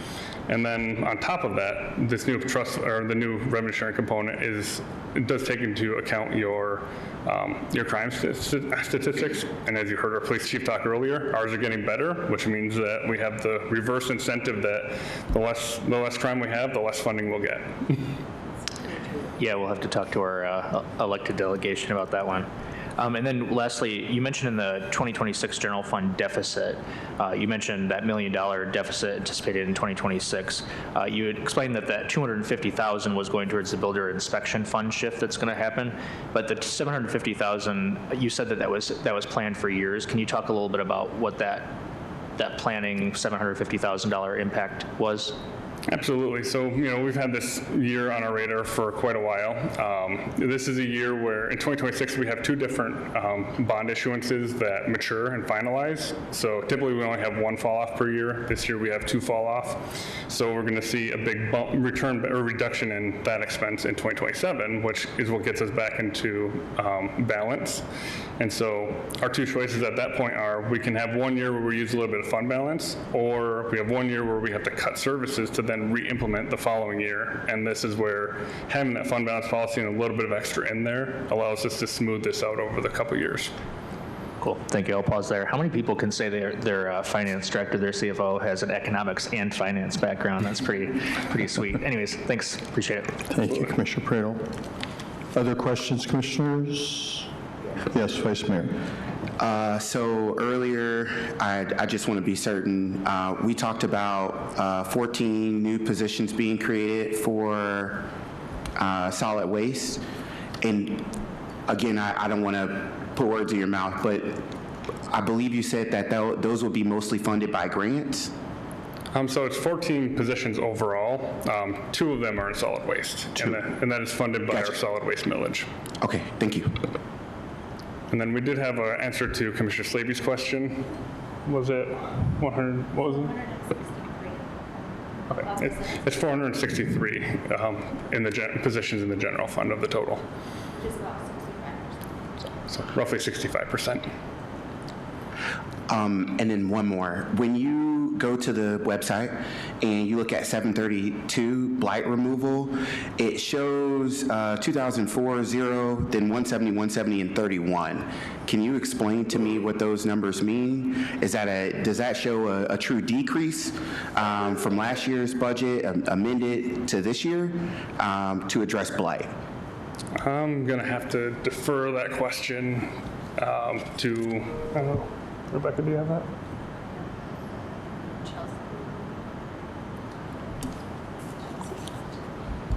I think we may have to research that one before I can get back to you on that one. Thank you so much. Great. Commissioner Slaby. I forgot to ask, with the building fund and building inspections fund, for any resident to take a look at it online, where can you find that? That would be under our special revenue funds page. There's 2 special revenue fund pages. That'll be under the first one. And it'll actually be, I believe, the first fund listed there. Okay. Commissioner Hess. Sure.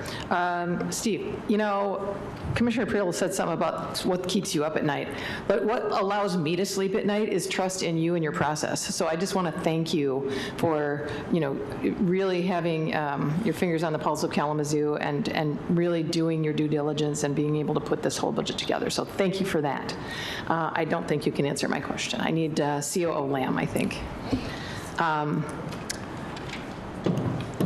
So last week, December 4th, we had our 6th annual Shop with a Senior program for the with Public Safety. We partnered with Public Safety. Public Safety actually partnered with Milestone Senior Services, with Town and Country Market, with Midtown Fresh, and with Park Street Market to provide 55 senior citizens in our community $150 worth of groceries and a shopping trip and a lunch and just feeling special. I think it was a gigantic success, and everyone that shopped just loved it. It was an amazing, and we've done that now through our commission and through our commission dollars. So you know where I'm going with this. The commission has a particular fund, and if you could speak about that a little bit for our new members here and what we can do with that. And I won't say what I want to do in May or June, but I'll save that for our meetings to see if it's doable. But can maybe you speak to the fund and what it has done and what it can do in the future? And certainly. So speaking of the City Commission Initiative funds, there's $100,000 a year allocated to that line item. Certainly there's been a lot of different ways the funds have been used. One of the things I want to stipulate is that they are general fund dollars, and so any use of those funds has to be eligible under our municipal finance regulations. You might recall in '24 we had a great tutorial from City Attorney Leal just reminding us of the ways in which we want to make sure that those funds are used appropriately for municipal finance. In '24, there was support for YWCA for 2 of their programs. There was some resources to augment communication for water affordability. Certainly Shop with a Senior has been a recurring fund, a recurring investment. I will say that one of the things we've mentioned with regards to this is we're looking at less of it being an ongoing expenditure, and as it relates to Shop with a Senior, trying to coordinate with Public Safety to have that program added to their budget on an annual basis that would not rely on the CCI, City Commission Initiative funds to proceed. Thank you, Commissioner Hess. Questions? Commissioner Pradel. I just had a couple questions. Competition with Commissioner Slaby here. I just had a couple questions for Director Baker, if he doesn't mind. Yeah, can't go through a meeting without having a good Director Baker come forward. Director Baker, good evening. Welcome, sir. Thank you, Mayor, City Commissioners, Vice Mayor. Thank you for having me up here. Thank you for spending a lot of time last week as well, helping just kind of answer and work through things. I want to first of all ask this question with recognizing that there's great complexity in terms of how things are funded and what budget lines things show up under. But under the local streets, I know we mentioned that we potentially are seeing a little influx of funding to support our local street efforts. There's a line 450, and it's routine preventative maintenance, and it shows going from a little over $1 million, so $1 million and some change, down to $847,000. And I was just curious if kind of just what's guiding that decrease, and if there's any concerns about being able to keep up just with that just routine maintenance of roads. So I'm assuming that would be maybe like potholes or that sort of thing as well. And then kind of along those lines, there's then line 451, under local streets that's winter maintenance, but that one went from 187,000 to 711,000. I'm thinking to myself, do you know something about the next winter that we don't know? That might be way more complicated than we think. So I was just wondering if you could speak to maybe both of those and what impacts either of those could have, or maybe if there's a reason for both. Not in the budget document currently, but just from memory, we're talking about 203, 450, and 203, 451, correct? I believe so, yes. I'm just looking at my notes. Right, so these are operational items that, kind of the work we do every day. They're not capital focused. So to talk about the winter maintenance aspect of 451, that's a lot of the work we do for salting, snow removal, that sort of thing. Any kind of budget increase could likely be to salt, where we're showing salt. Could also be FTE, so there was a FTE increase, and we're putting additional FTEs in there. I think I'd probably have to spend some time with the budget team to look at like a before and after to get into the exact details. I will tell you from a global perspective, our budgets and our work and planning for 26 and future years is going to be more intentional for increased maintenance in local streets. So there's a couple of things, and you'll see them in capital as well, that we're going to be focusing on increasing the pavement life cycle. So there's projects that speak to Pazer that was in your presentation. There's also some maintenance preservation work that's going to happen. There's also increased focus on stormwater, so a lot of work on stormwater maintenance as well in those plans. And then we're committed every year from a winter maintenance perspective, although year over year those numbers might move around a little bit as our storage of salt supplies usually spans more than 1 year, and sometimes we have to replenish that in out years or not. So I think I'd probably have to get back with you on the specifics of why you're seeing one go up or down. I often like to just look for any major shifts, and then, just gives me a wondering. So those were two that came up. The other one was, I think it'd be really helpful for people to hear about the solid waste positions that you're creating as well. And I know we had, I always forget if it's Vector or Vactor that we approved last meeting, and that's related to, that capital equipment is related to those positions, if I'm not mistaken. And if you could just kind of speak a little bit to why those positions are needed and what the critical work that they're supporting based on, I think it's expectations from the state in terms of that work with. Sure, so there's a few things happening. There's position requests, 4 positions in streets, and those positions are going to be performing majority of work focused on stormwater. That's what, yeah. There was also an equipment purchase, a Vactor. That's a machine that helps clean storm sewers. So that equipment purchase and those positions, those items go together. Yeah. Then in a separate fund in 226, which is solid waste, there was also a position request for 2 positions. And so those are different things are happening. The 4 positions and the Vactor would I apologize. That means the 4 positions. The 4 okay. positions, yes. Okay, yeah. So that's the 4 positions, and the Vactor would be dedicated to stormwater basin cleaning. So there's over 13,000 stormwater structures in the city of Kalamazoo. Those are kind of spread out throughout all of our neighborhoods. We have a new initiative with the state of Michigan to clean all of those structures. So clean and inspect. So we're talking about pulling the grate, sticking that big tube from that Vactor machine into that sump. There's a sump, and it varies by size and location, but sticking that Vactor nozzle down into there and then cleaning that all. It's like vacuuming. It's like cleaning all of your ductwork in your home kind of thing. So we're going to get all the material out of that, inspect that, work order that, and it's our goal to move through the city in 3 years.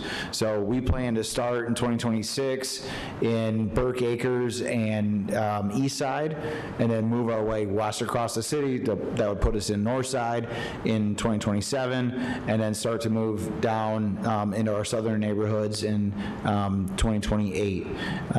So there's going to be a lot of great work. We're going to be out doing that work all throughout the city, cleaning those structures, and there's a lot of great things going to happen with it. One, we're going to get some eyes on and really understand any defects or improvements we need to make, and that ties back into the capital program. You see in local streets, we've got a storm water capital line item so that we can come back and make repairs and upgrade those structures or those storm sewers that need to be repaired. And then also that's cleaning out silt, sediment, and debris. You may remember a few years ago, and this was FFE funded, we cleaned out over 11,000 cubic yards of sediment from Crosstown Pond number 1, and then the twin culverts. I believe they're 60-inch diameter culverts that run from pond number 3 then to the outlet with Axel Creek. So there's a lot of great investment happening in the storm water world, and stormwater for us, for City Kalamazoo, is funded as a component of streets. So that's all funded by gas taxes that's appropriated down at the city level. Cool. Thank you. Thank you. Other questions for Director Baker while he's up here? All right, thank you, sir. Appreciate it. Thank you. Commissioner Saiby.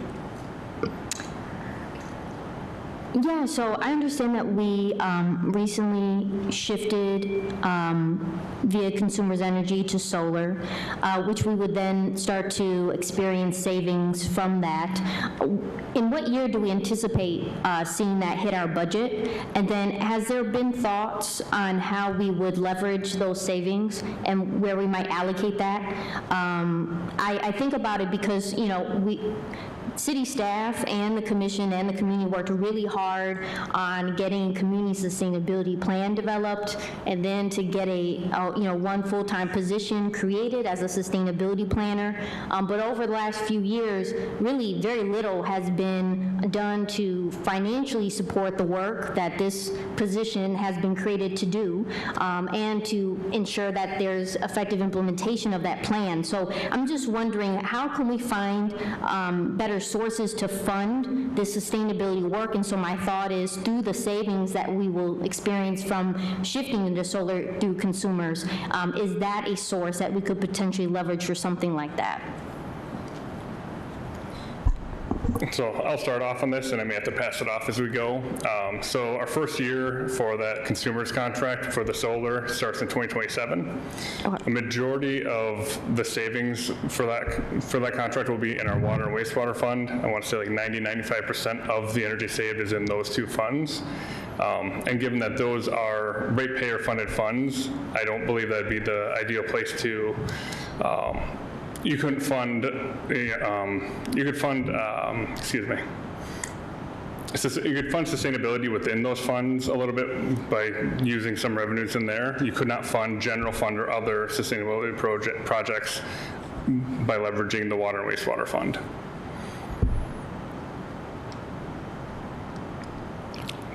Anything further? Sorry. Well, and maybe this is then a question for CPED, is, you know, when we start to figure out, as the community continues to ask, what are we doing around sustainability? What are we doing to ensure that we are budgeting in a way to allocate resources towards that type of work? And if someone could point out where we might already be doing that in our proposed 2026 budget, that'd be great. Yes, I cannot answer that question. I can get back to you on what that process is with staff, and we could verify what the next steps are looking in that area. I see Planner Anderson is coming forward also. Okay, she got something to add. So I do want to add that, you know, every year with our special request budget, there's a number of requests that go forward.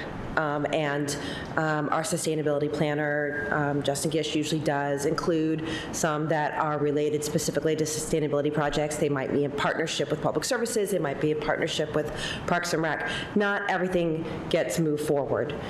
So we will continue to understand what the City Commission's priorities are as we look forward to discussing it with you all at the retreat in February of next year, and then we'll put forth requests that way.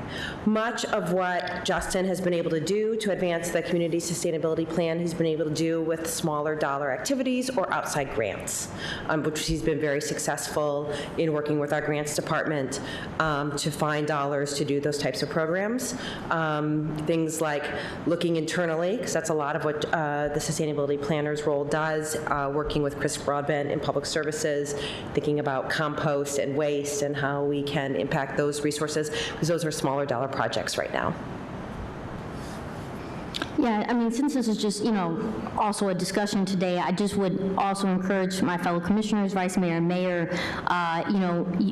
many of you were here, championing the development of a community sustainability plan and a creation of a full-time position. And so I would hope that, honestly, those don't go in vain because we're not able to fund the work, the actual work that needs to be done. And so I would love to see in future budgets money clearly allocated for this work and find some kind of sustainable solution for the sustainability work that needs to be done across the community. My other question around specific departmental budgets is no longer for CPED, but for 311. And so, their budget looks like they relatively maintain the same levels of funding year to year. We continue to hear from the community that either they don't know 311 exists or have certain concerns around being able to connect with them in a very effective and meaningful way. One of the pieces of feedback that I hear again and again is that 311 doesn't really receive a lot of funding to be able to do an awareness campaign or be able to have staff go out to do tabling events, et cetera. And so has there been discussion within city manager's office, within management services, to better understand the needs from the community around engagement and being able to connect with 311 and how we're allocating resources to be able to effectively address those concerns? I will take a cut at a start. One of the things that has come up quite a bit with regard to 311 is often feedback of I call, I put in a request, and I'm not sure what happens, or I don't get the resolution I'm looking for. So much of this year and heading into next year, we're transitioning our customer response, CRM, customer Relations Management Tool, CRM, acronyms are going to get me. We're transitioning from to a new model to Salesforce, and one of the driving forces behind that is we didn't feel like we had the ability to better track inquiry from call in to actual resolution, and what is more important than that? So there certainly has been discussion about increased awareness, but quite frankly, the focus is how do we make sure that the customer experience from call into 311 to hand off to department to resolution, let's make sure we've got that working better so that when we are encouraging people to call, they can have a positive experience. Certainly the effort and energy of the 311 team is to provide the best customer service possible. What we're finding is challenges in tracking and making sure that there's really good collaboration between 311 and departments. Previously, I think we have added resources for engagement. If I remember, there were some challenges of freeing up staff to be able to do that. So I think that's a conversation that is going to need to happen. But I know the energy right now has been about improving the system, improving the tracking, and then quite honestly, that tracking can help yield examples of why we need more resources to support 311. All set? Commissioner Slaby? I have one more question, and I'm done. I'm completely done. That's fine. With my whole list. We can go as long as you need to. So I may have missed this during the conversations at this meeting. What was the number that was confirmed for neighborhood planning? Is this the 9,000 for the capacity building? Planner Anderson.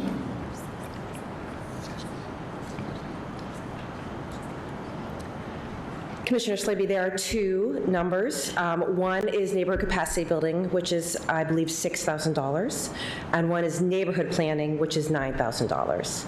I spoke earlier to Commissioner Pradel's question regarding the capacity building, which is really, again, lifting up the neighborhoods that we don't currently fund to get them more organized and more equipped to handle internal issues and to work with the city. Neighborhood planning is to set ourselves up to start neighborhood planning work after the master plan is done. Master plan won't be done until end of second quarter. So neighborhood planning work next year will be a little light. It won't start until sometime in quarter 3. And so that money is to help us get started with that process, which is why it's a small dollar amount. Okay, and is there additional funds from the CPED budget that are going towards neighborhood planning activities? I think about, previously we gave $50,000 to building blocks to do organizing just in the Douglas neighborhood, and then previous to that we gave them a $20,000 or $30,000 fund to do the same thing the year prior. And so are we looking at doing some of those similar activities in addition to what we've set out for neighborhood planning with those numbers you've provided? So the funding that you mentioned was ARPA, the American Rescue Act funding, and so yes, we did we did support building blocks in doing their outreach engagement and community block work in the West Douglas neighborhood. As far as new monies in 26, the two items are what are requested through the special request process, the neighborhood planning as well as the capacity building. We, of course, have in our general fund the line item that supports our general fund, our core neighborhoods and supports their work. So that is within the general fund.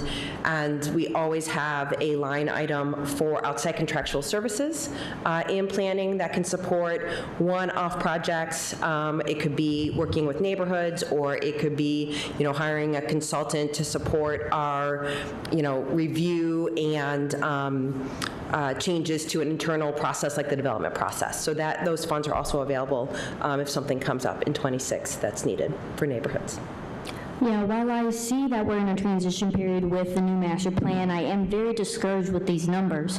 As you may or may not know, we're providing $22,000 to Parks and Rec Youth Council just to do youth council event planning activities.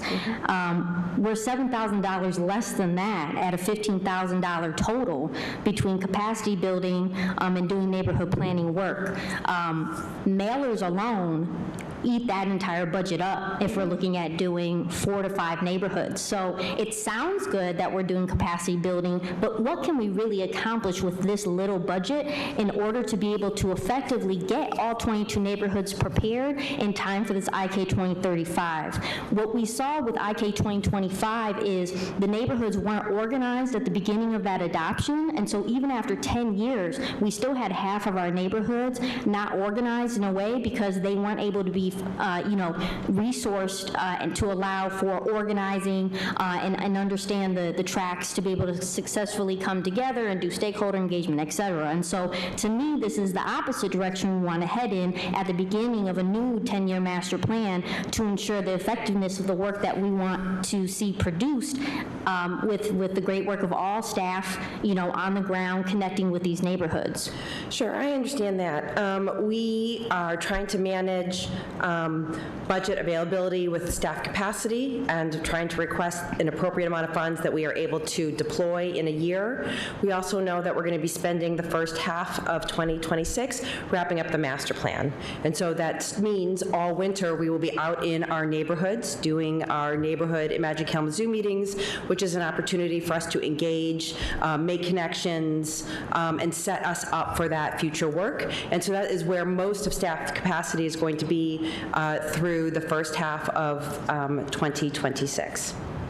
And we look forward to coming back in 27 with a larger number for neighborhoods as we get through the master plan and understand the direction that we want to go. Thanks. Thank you. All set. Commissioner Hess. Sure. I think this one is for Director Baker. Come on down.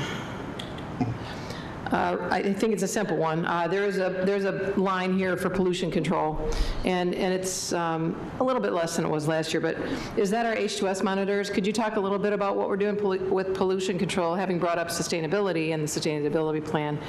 And then where are we as public services working with our sustainability coordinator to make sure that his work is effective as well? Can you talk a little bit about sustainability?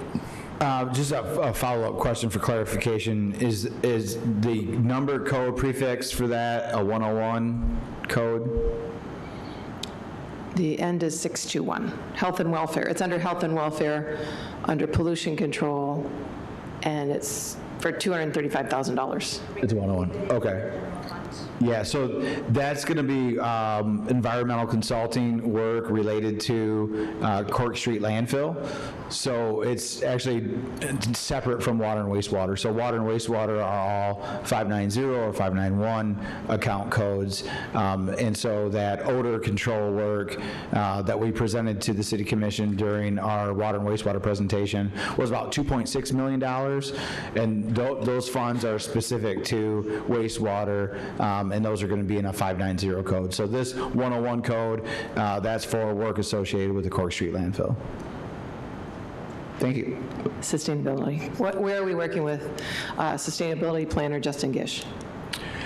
So there's a lot of topics there. If you go back to your community sustainability plan that was approved by the City Commission in 2022, that's available online, that has many different goals and strategies outlined all throughout the document. And so it deals with everything from dealing with large sources of emissions from a community and from a city operations perspective, things like heating your home. All of our homes are probably have heat in them, or we hope they have heat in them. And those heat sources combust fuel, maybe natural gas, maybe fuel oil, maybe some sort of solid fuel. And so there's goals and strategies for that. There's also the work the city is doing from a carbon footprint perspective, which includes fuels that are combusted in the vehicle fleet, a lot of energy usage, mainly for water and wastewater, and we've been making a lot of advancements in that work. So just to kind of talk through those real quickly, water and wastewater are your biggest sources of energy consumption. It takes a tremendous amount of energy to run the water system and to run the wastewater system. We executed a contract with Consumers Energy to, as Commissioner Slavy indicated, to take all of those energy usage through Consumers Energy and transfer that to renewable sources. So that could be wind or solar or hydro, but that's all natural sources. So that contract is signed, that's in place, and that first year that goes into effect would be 2027. And that's a huge chunk of your sustainability, of your carbon footprint, reduces it just kind of in one fall swoop. Some other areas to focus on are your vehicle fleet. So we have a pretty large vehicle fleet in the city, things like sedans, cars and vans, all the way up to the big equipment you see plowing your streets. So starting with the big stuff, the dump trucks and all the equipment that's out there, all that equipment, we transitioned over to biodiesel product a few years ago. That started with a pilot. That pilot then went to a few phases to prove its vocational ability throughout all the operational deployments that we have, including cold weather, and then we went and actually implemented it at full scale. So all public services equipment now operates on biodiesel, and the other thing we've been doing is we've been increasing that blend. So it started off with a 11% biodiesel, that went up to 14% biodiesel. We're moving now to 17% biodiesel, and next year we'll cross over into 20% biodiesel. We also have electric vehicles that we're transitioning into. We have 2 electric vehicles in public services, 2 Silverados electric vehicle pickup trucks. We've installed a number of electric vehicle charging locations at our Stockbridge and Harrison facilities, and we now have that charging infrastructure in place. We just completed a fast charger at Harrison this summer, so we can go from a near empty battery state to a full recharge in a matter of about 40 minutes.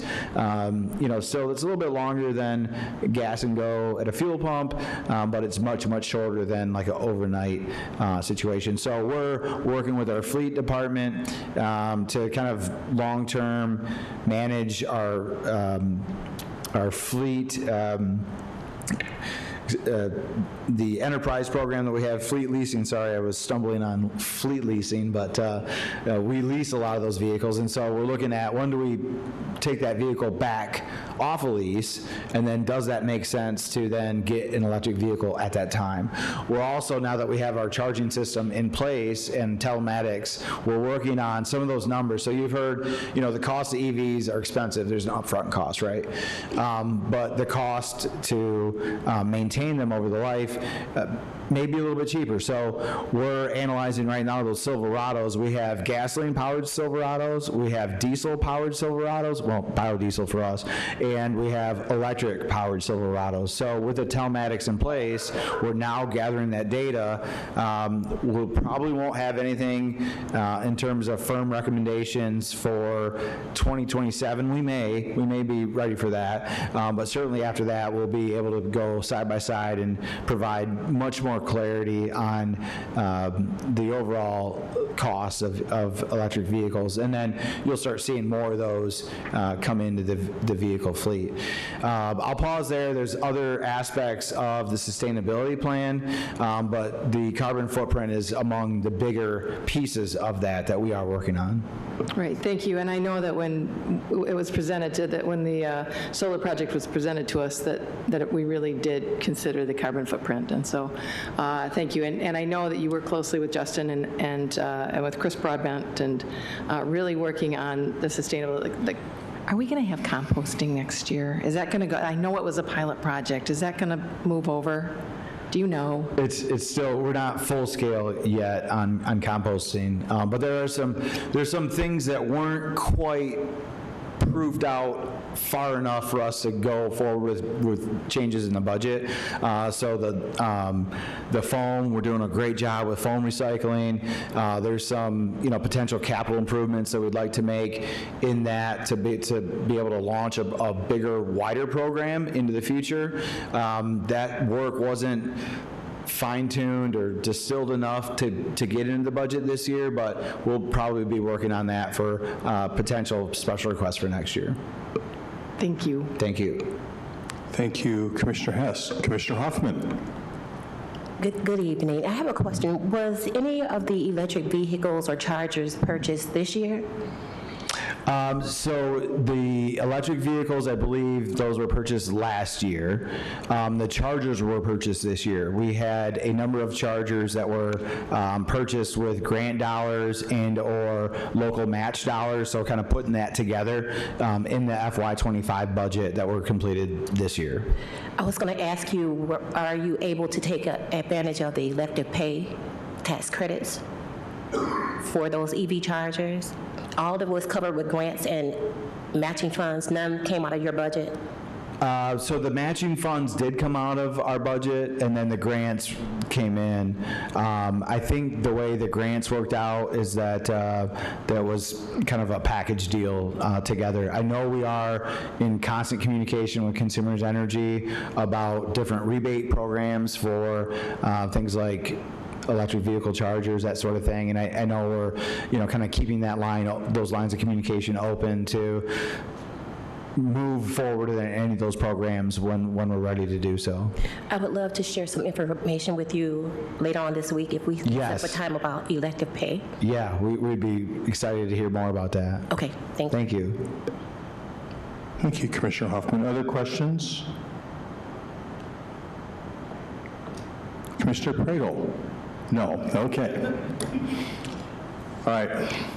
Well, lots of great questions. I really appreciate that. I'm going to jump in just with a couple myself here. We talked a lot about the increase in the Act 51 funding this year. That's cooked into our budget. We're depending on that. I have seen some recent news. I don't know if we've been following that or not, but also heard from the Kalamazoo County Road Commission members who received a presentation from their director there, that there may be timing issues with that. We may not be receiving that increase in this calendar year that we're hoping for. And another thing that was mentioned was this lawsuit, which may be prohibiting this 24% in wholesale tax increase, which could also maybe hurt that share. Have you heard anything about that? I've heard a little bit about some of the timing issues. I guess I'm not aware of us not receiving it during this upcoming year. The timing issues I was aware of were the state's on a September year-end fiscal year. We're on a calendar year. I knew these some of the new fees weren't going to start until January 1st. So for us, that wouldn't be as much of a timing issue as it may be for somebody not on a calendar fiscal year. Additionally, in our local and major streets budgets, we're still projecting surpluses at the moment, so we have some cushion, some leeway that if things don't come to fruition as those early revenue projections indicated, we're still going to be in a good place with those funds overall. Okay, great. And another question for you, Steve. What is the health of our parking system, the parking structures? I know that has been a challenge when we accepted responsibility for those back from DDA, correct, a couple years ago. So how is that? Our capital improvement needs, scheduled out there, and what's the health of that system then? Yeah, so when we took back that system, there was a number of deferred capital projects that needed to be done just to maintain, particularly in the parking ramps. Right now, we had supplemented in the past with some ARPA dollars to help buoy the parking system during the downturn that happened because of COVID. They had a plan where, hey, we're expecting X number of people to come park downtown. Obviously, during COVID, people worked from home, they stayed home, they didn't come downtown. So we helped supplement some of those lost revenues. We're currently projecting, a loss of our parking fund of roughly $1 million.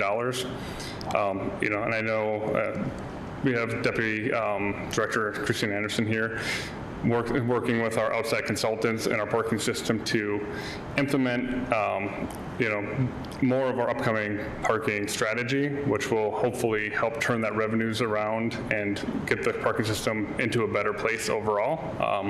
We're looking at, relatively short leash of trying to get that done over the next 2 years or so before we start truly depleting all of our available resources in that fund. Helpful, I appreciate that. Still something of concern then when it comes to our overall budget is our capability to successfully manage that, at least in a revenue neutral sort of a way, without additional contributions from the general fund then, correct? Absolutely. It is definitely a concern that we have on the radar. Yeah, okay, thank you, Steve. Other questions, team, for this evening? All right, well, I just want to thank everyone for all the deep dive questions and work and basically being prepared to answer all those questions. Thank you, city team, for being able to do that. Just a reminder that we're going to have this official public hearing on the budget, which will be at our next regular meeting, Manager Moore, December 15th. Another opportunity for feedback to us from the general community and for us to ask more questions, and then we won't actually be voting on the budget until our first meeting in January. So it's lots of time here yet. I know it's complicated by the holidays. We can't change that. Our fiscal year is the calendar year, so this is how that works out every single year. Now is our opportunity for commissioner comments. Are there any additional comments that commissioners would like to make for the good of the order this evening? Vice Mayor Duncan. Just a huge thank you to Public Safety for those of us that attended the tree lighting. Chief Boyson talked about officer presence and officers being in places like on the bikes, and I was very shocked to see Public Safety out on the bikes in the cold. So a huge shout out to you guys. Thank you for being present downtown. I definitely heard from a lot of the citizens that there was a feeling, the perception was that they were safer. So, you know, kudos to our public safety. Thank you. Thank you, Vice Mayor. Other comments, commissioners? So I'll just follow up on something which we've had at least for a couple of years now, and I don't know if we're going to have to change the strategy on this, but I've been hearing a great deal about what has been occurring to us, which is snow comes before the leaf pickup is finished. And I know what's happening is that leaves are staying on trees longer. We seem to be getting, well, snow's earlier than it was 20 years ago, but at least in recent times we've been getting snow earlier, so now we've got this unfortunate situation where we've got leaves stacked up, rotting here and there, maybe getting plowed around a little bit. And so there's that. Also, it seems like we're struggling a little bit with the low temps and trying to get some of this snow, now ice, now slush, well, back to ice again, removed on our side streets. And I don't know, Director Baker, if there's anything particular you want to say about that, but it seems like this is maybe going to be more the norm than not going forward. And I don't know if we've been thinking about any strategies to address that, but it's definitely something I've been hearing about quite a bit here in this last few weeks.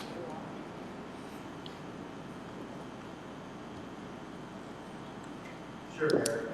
Certainly, thank you for that, and thank you for lifting that up. Those challenges are very well described, and some things that we are working with. We can't start leaf pickup until Mother Nature drops leaves, and unfortunately, that is impacted when Mother Nature then decides to drop snow. So it's a little bit of a full court press that we've got to focus on to get those leaves when they are down. I will say that the leaf program is not done. We are continuing that work, and in fact, we're mobilizing now with a contractor to bring in additional resources to help us with that work. So we're going to continue that work.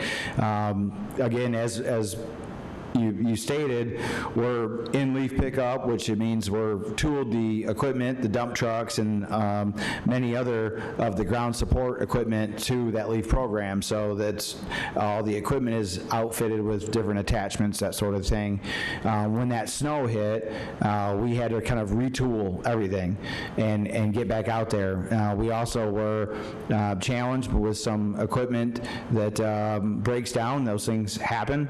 We were supported by many great local businesses on Friday to help get us back up and running, including the Napa stores here in Kalamazoo that came in and made hydraulic hoses for us to get us up and running again. And so a lot of our work kind of behind the scenes was retooling and getting those dump trucks and front blade trucks and things ready to be able to move again. So it was a bit of a challenge to get us back out on that road again, and we're continuing to work through that. We did receive a significant amount of snow here over the Thanksgiving holiday, and then into it, including Sunday morning. Our crews were in at 3 a.m. Sunday morning to continue this work. We're committed to the work. We're committed to upholding and maintaining that highest standard of level of service that the City of Kalamazoo expects from us. I would just ask for folks to, please be patient with us, with the leaves, with the snow. We're committed. We're going to stay with it, and we're going to continue to focus our efforts on this work that Mother Nature is all throwing at us all right now. So thank you for that. Thank you, Director Baker. I appreciate it very much. Seeing no other comments, then this will be the end of this meeting. We'll see everybody in a week. I love you, Kalamazoo. We're adjourned.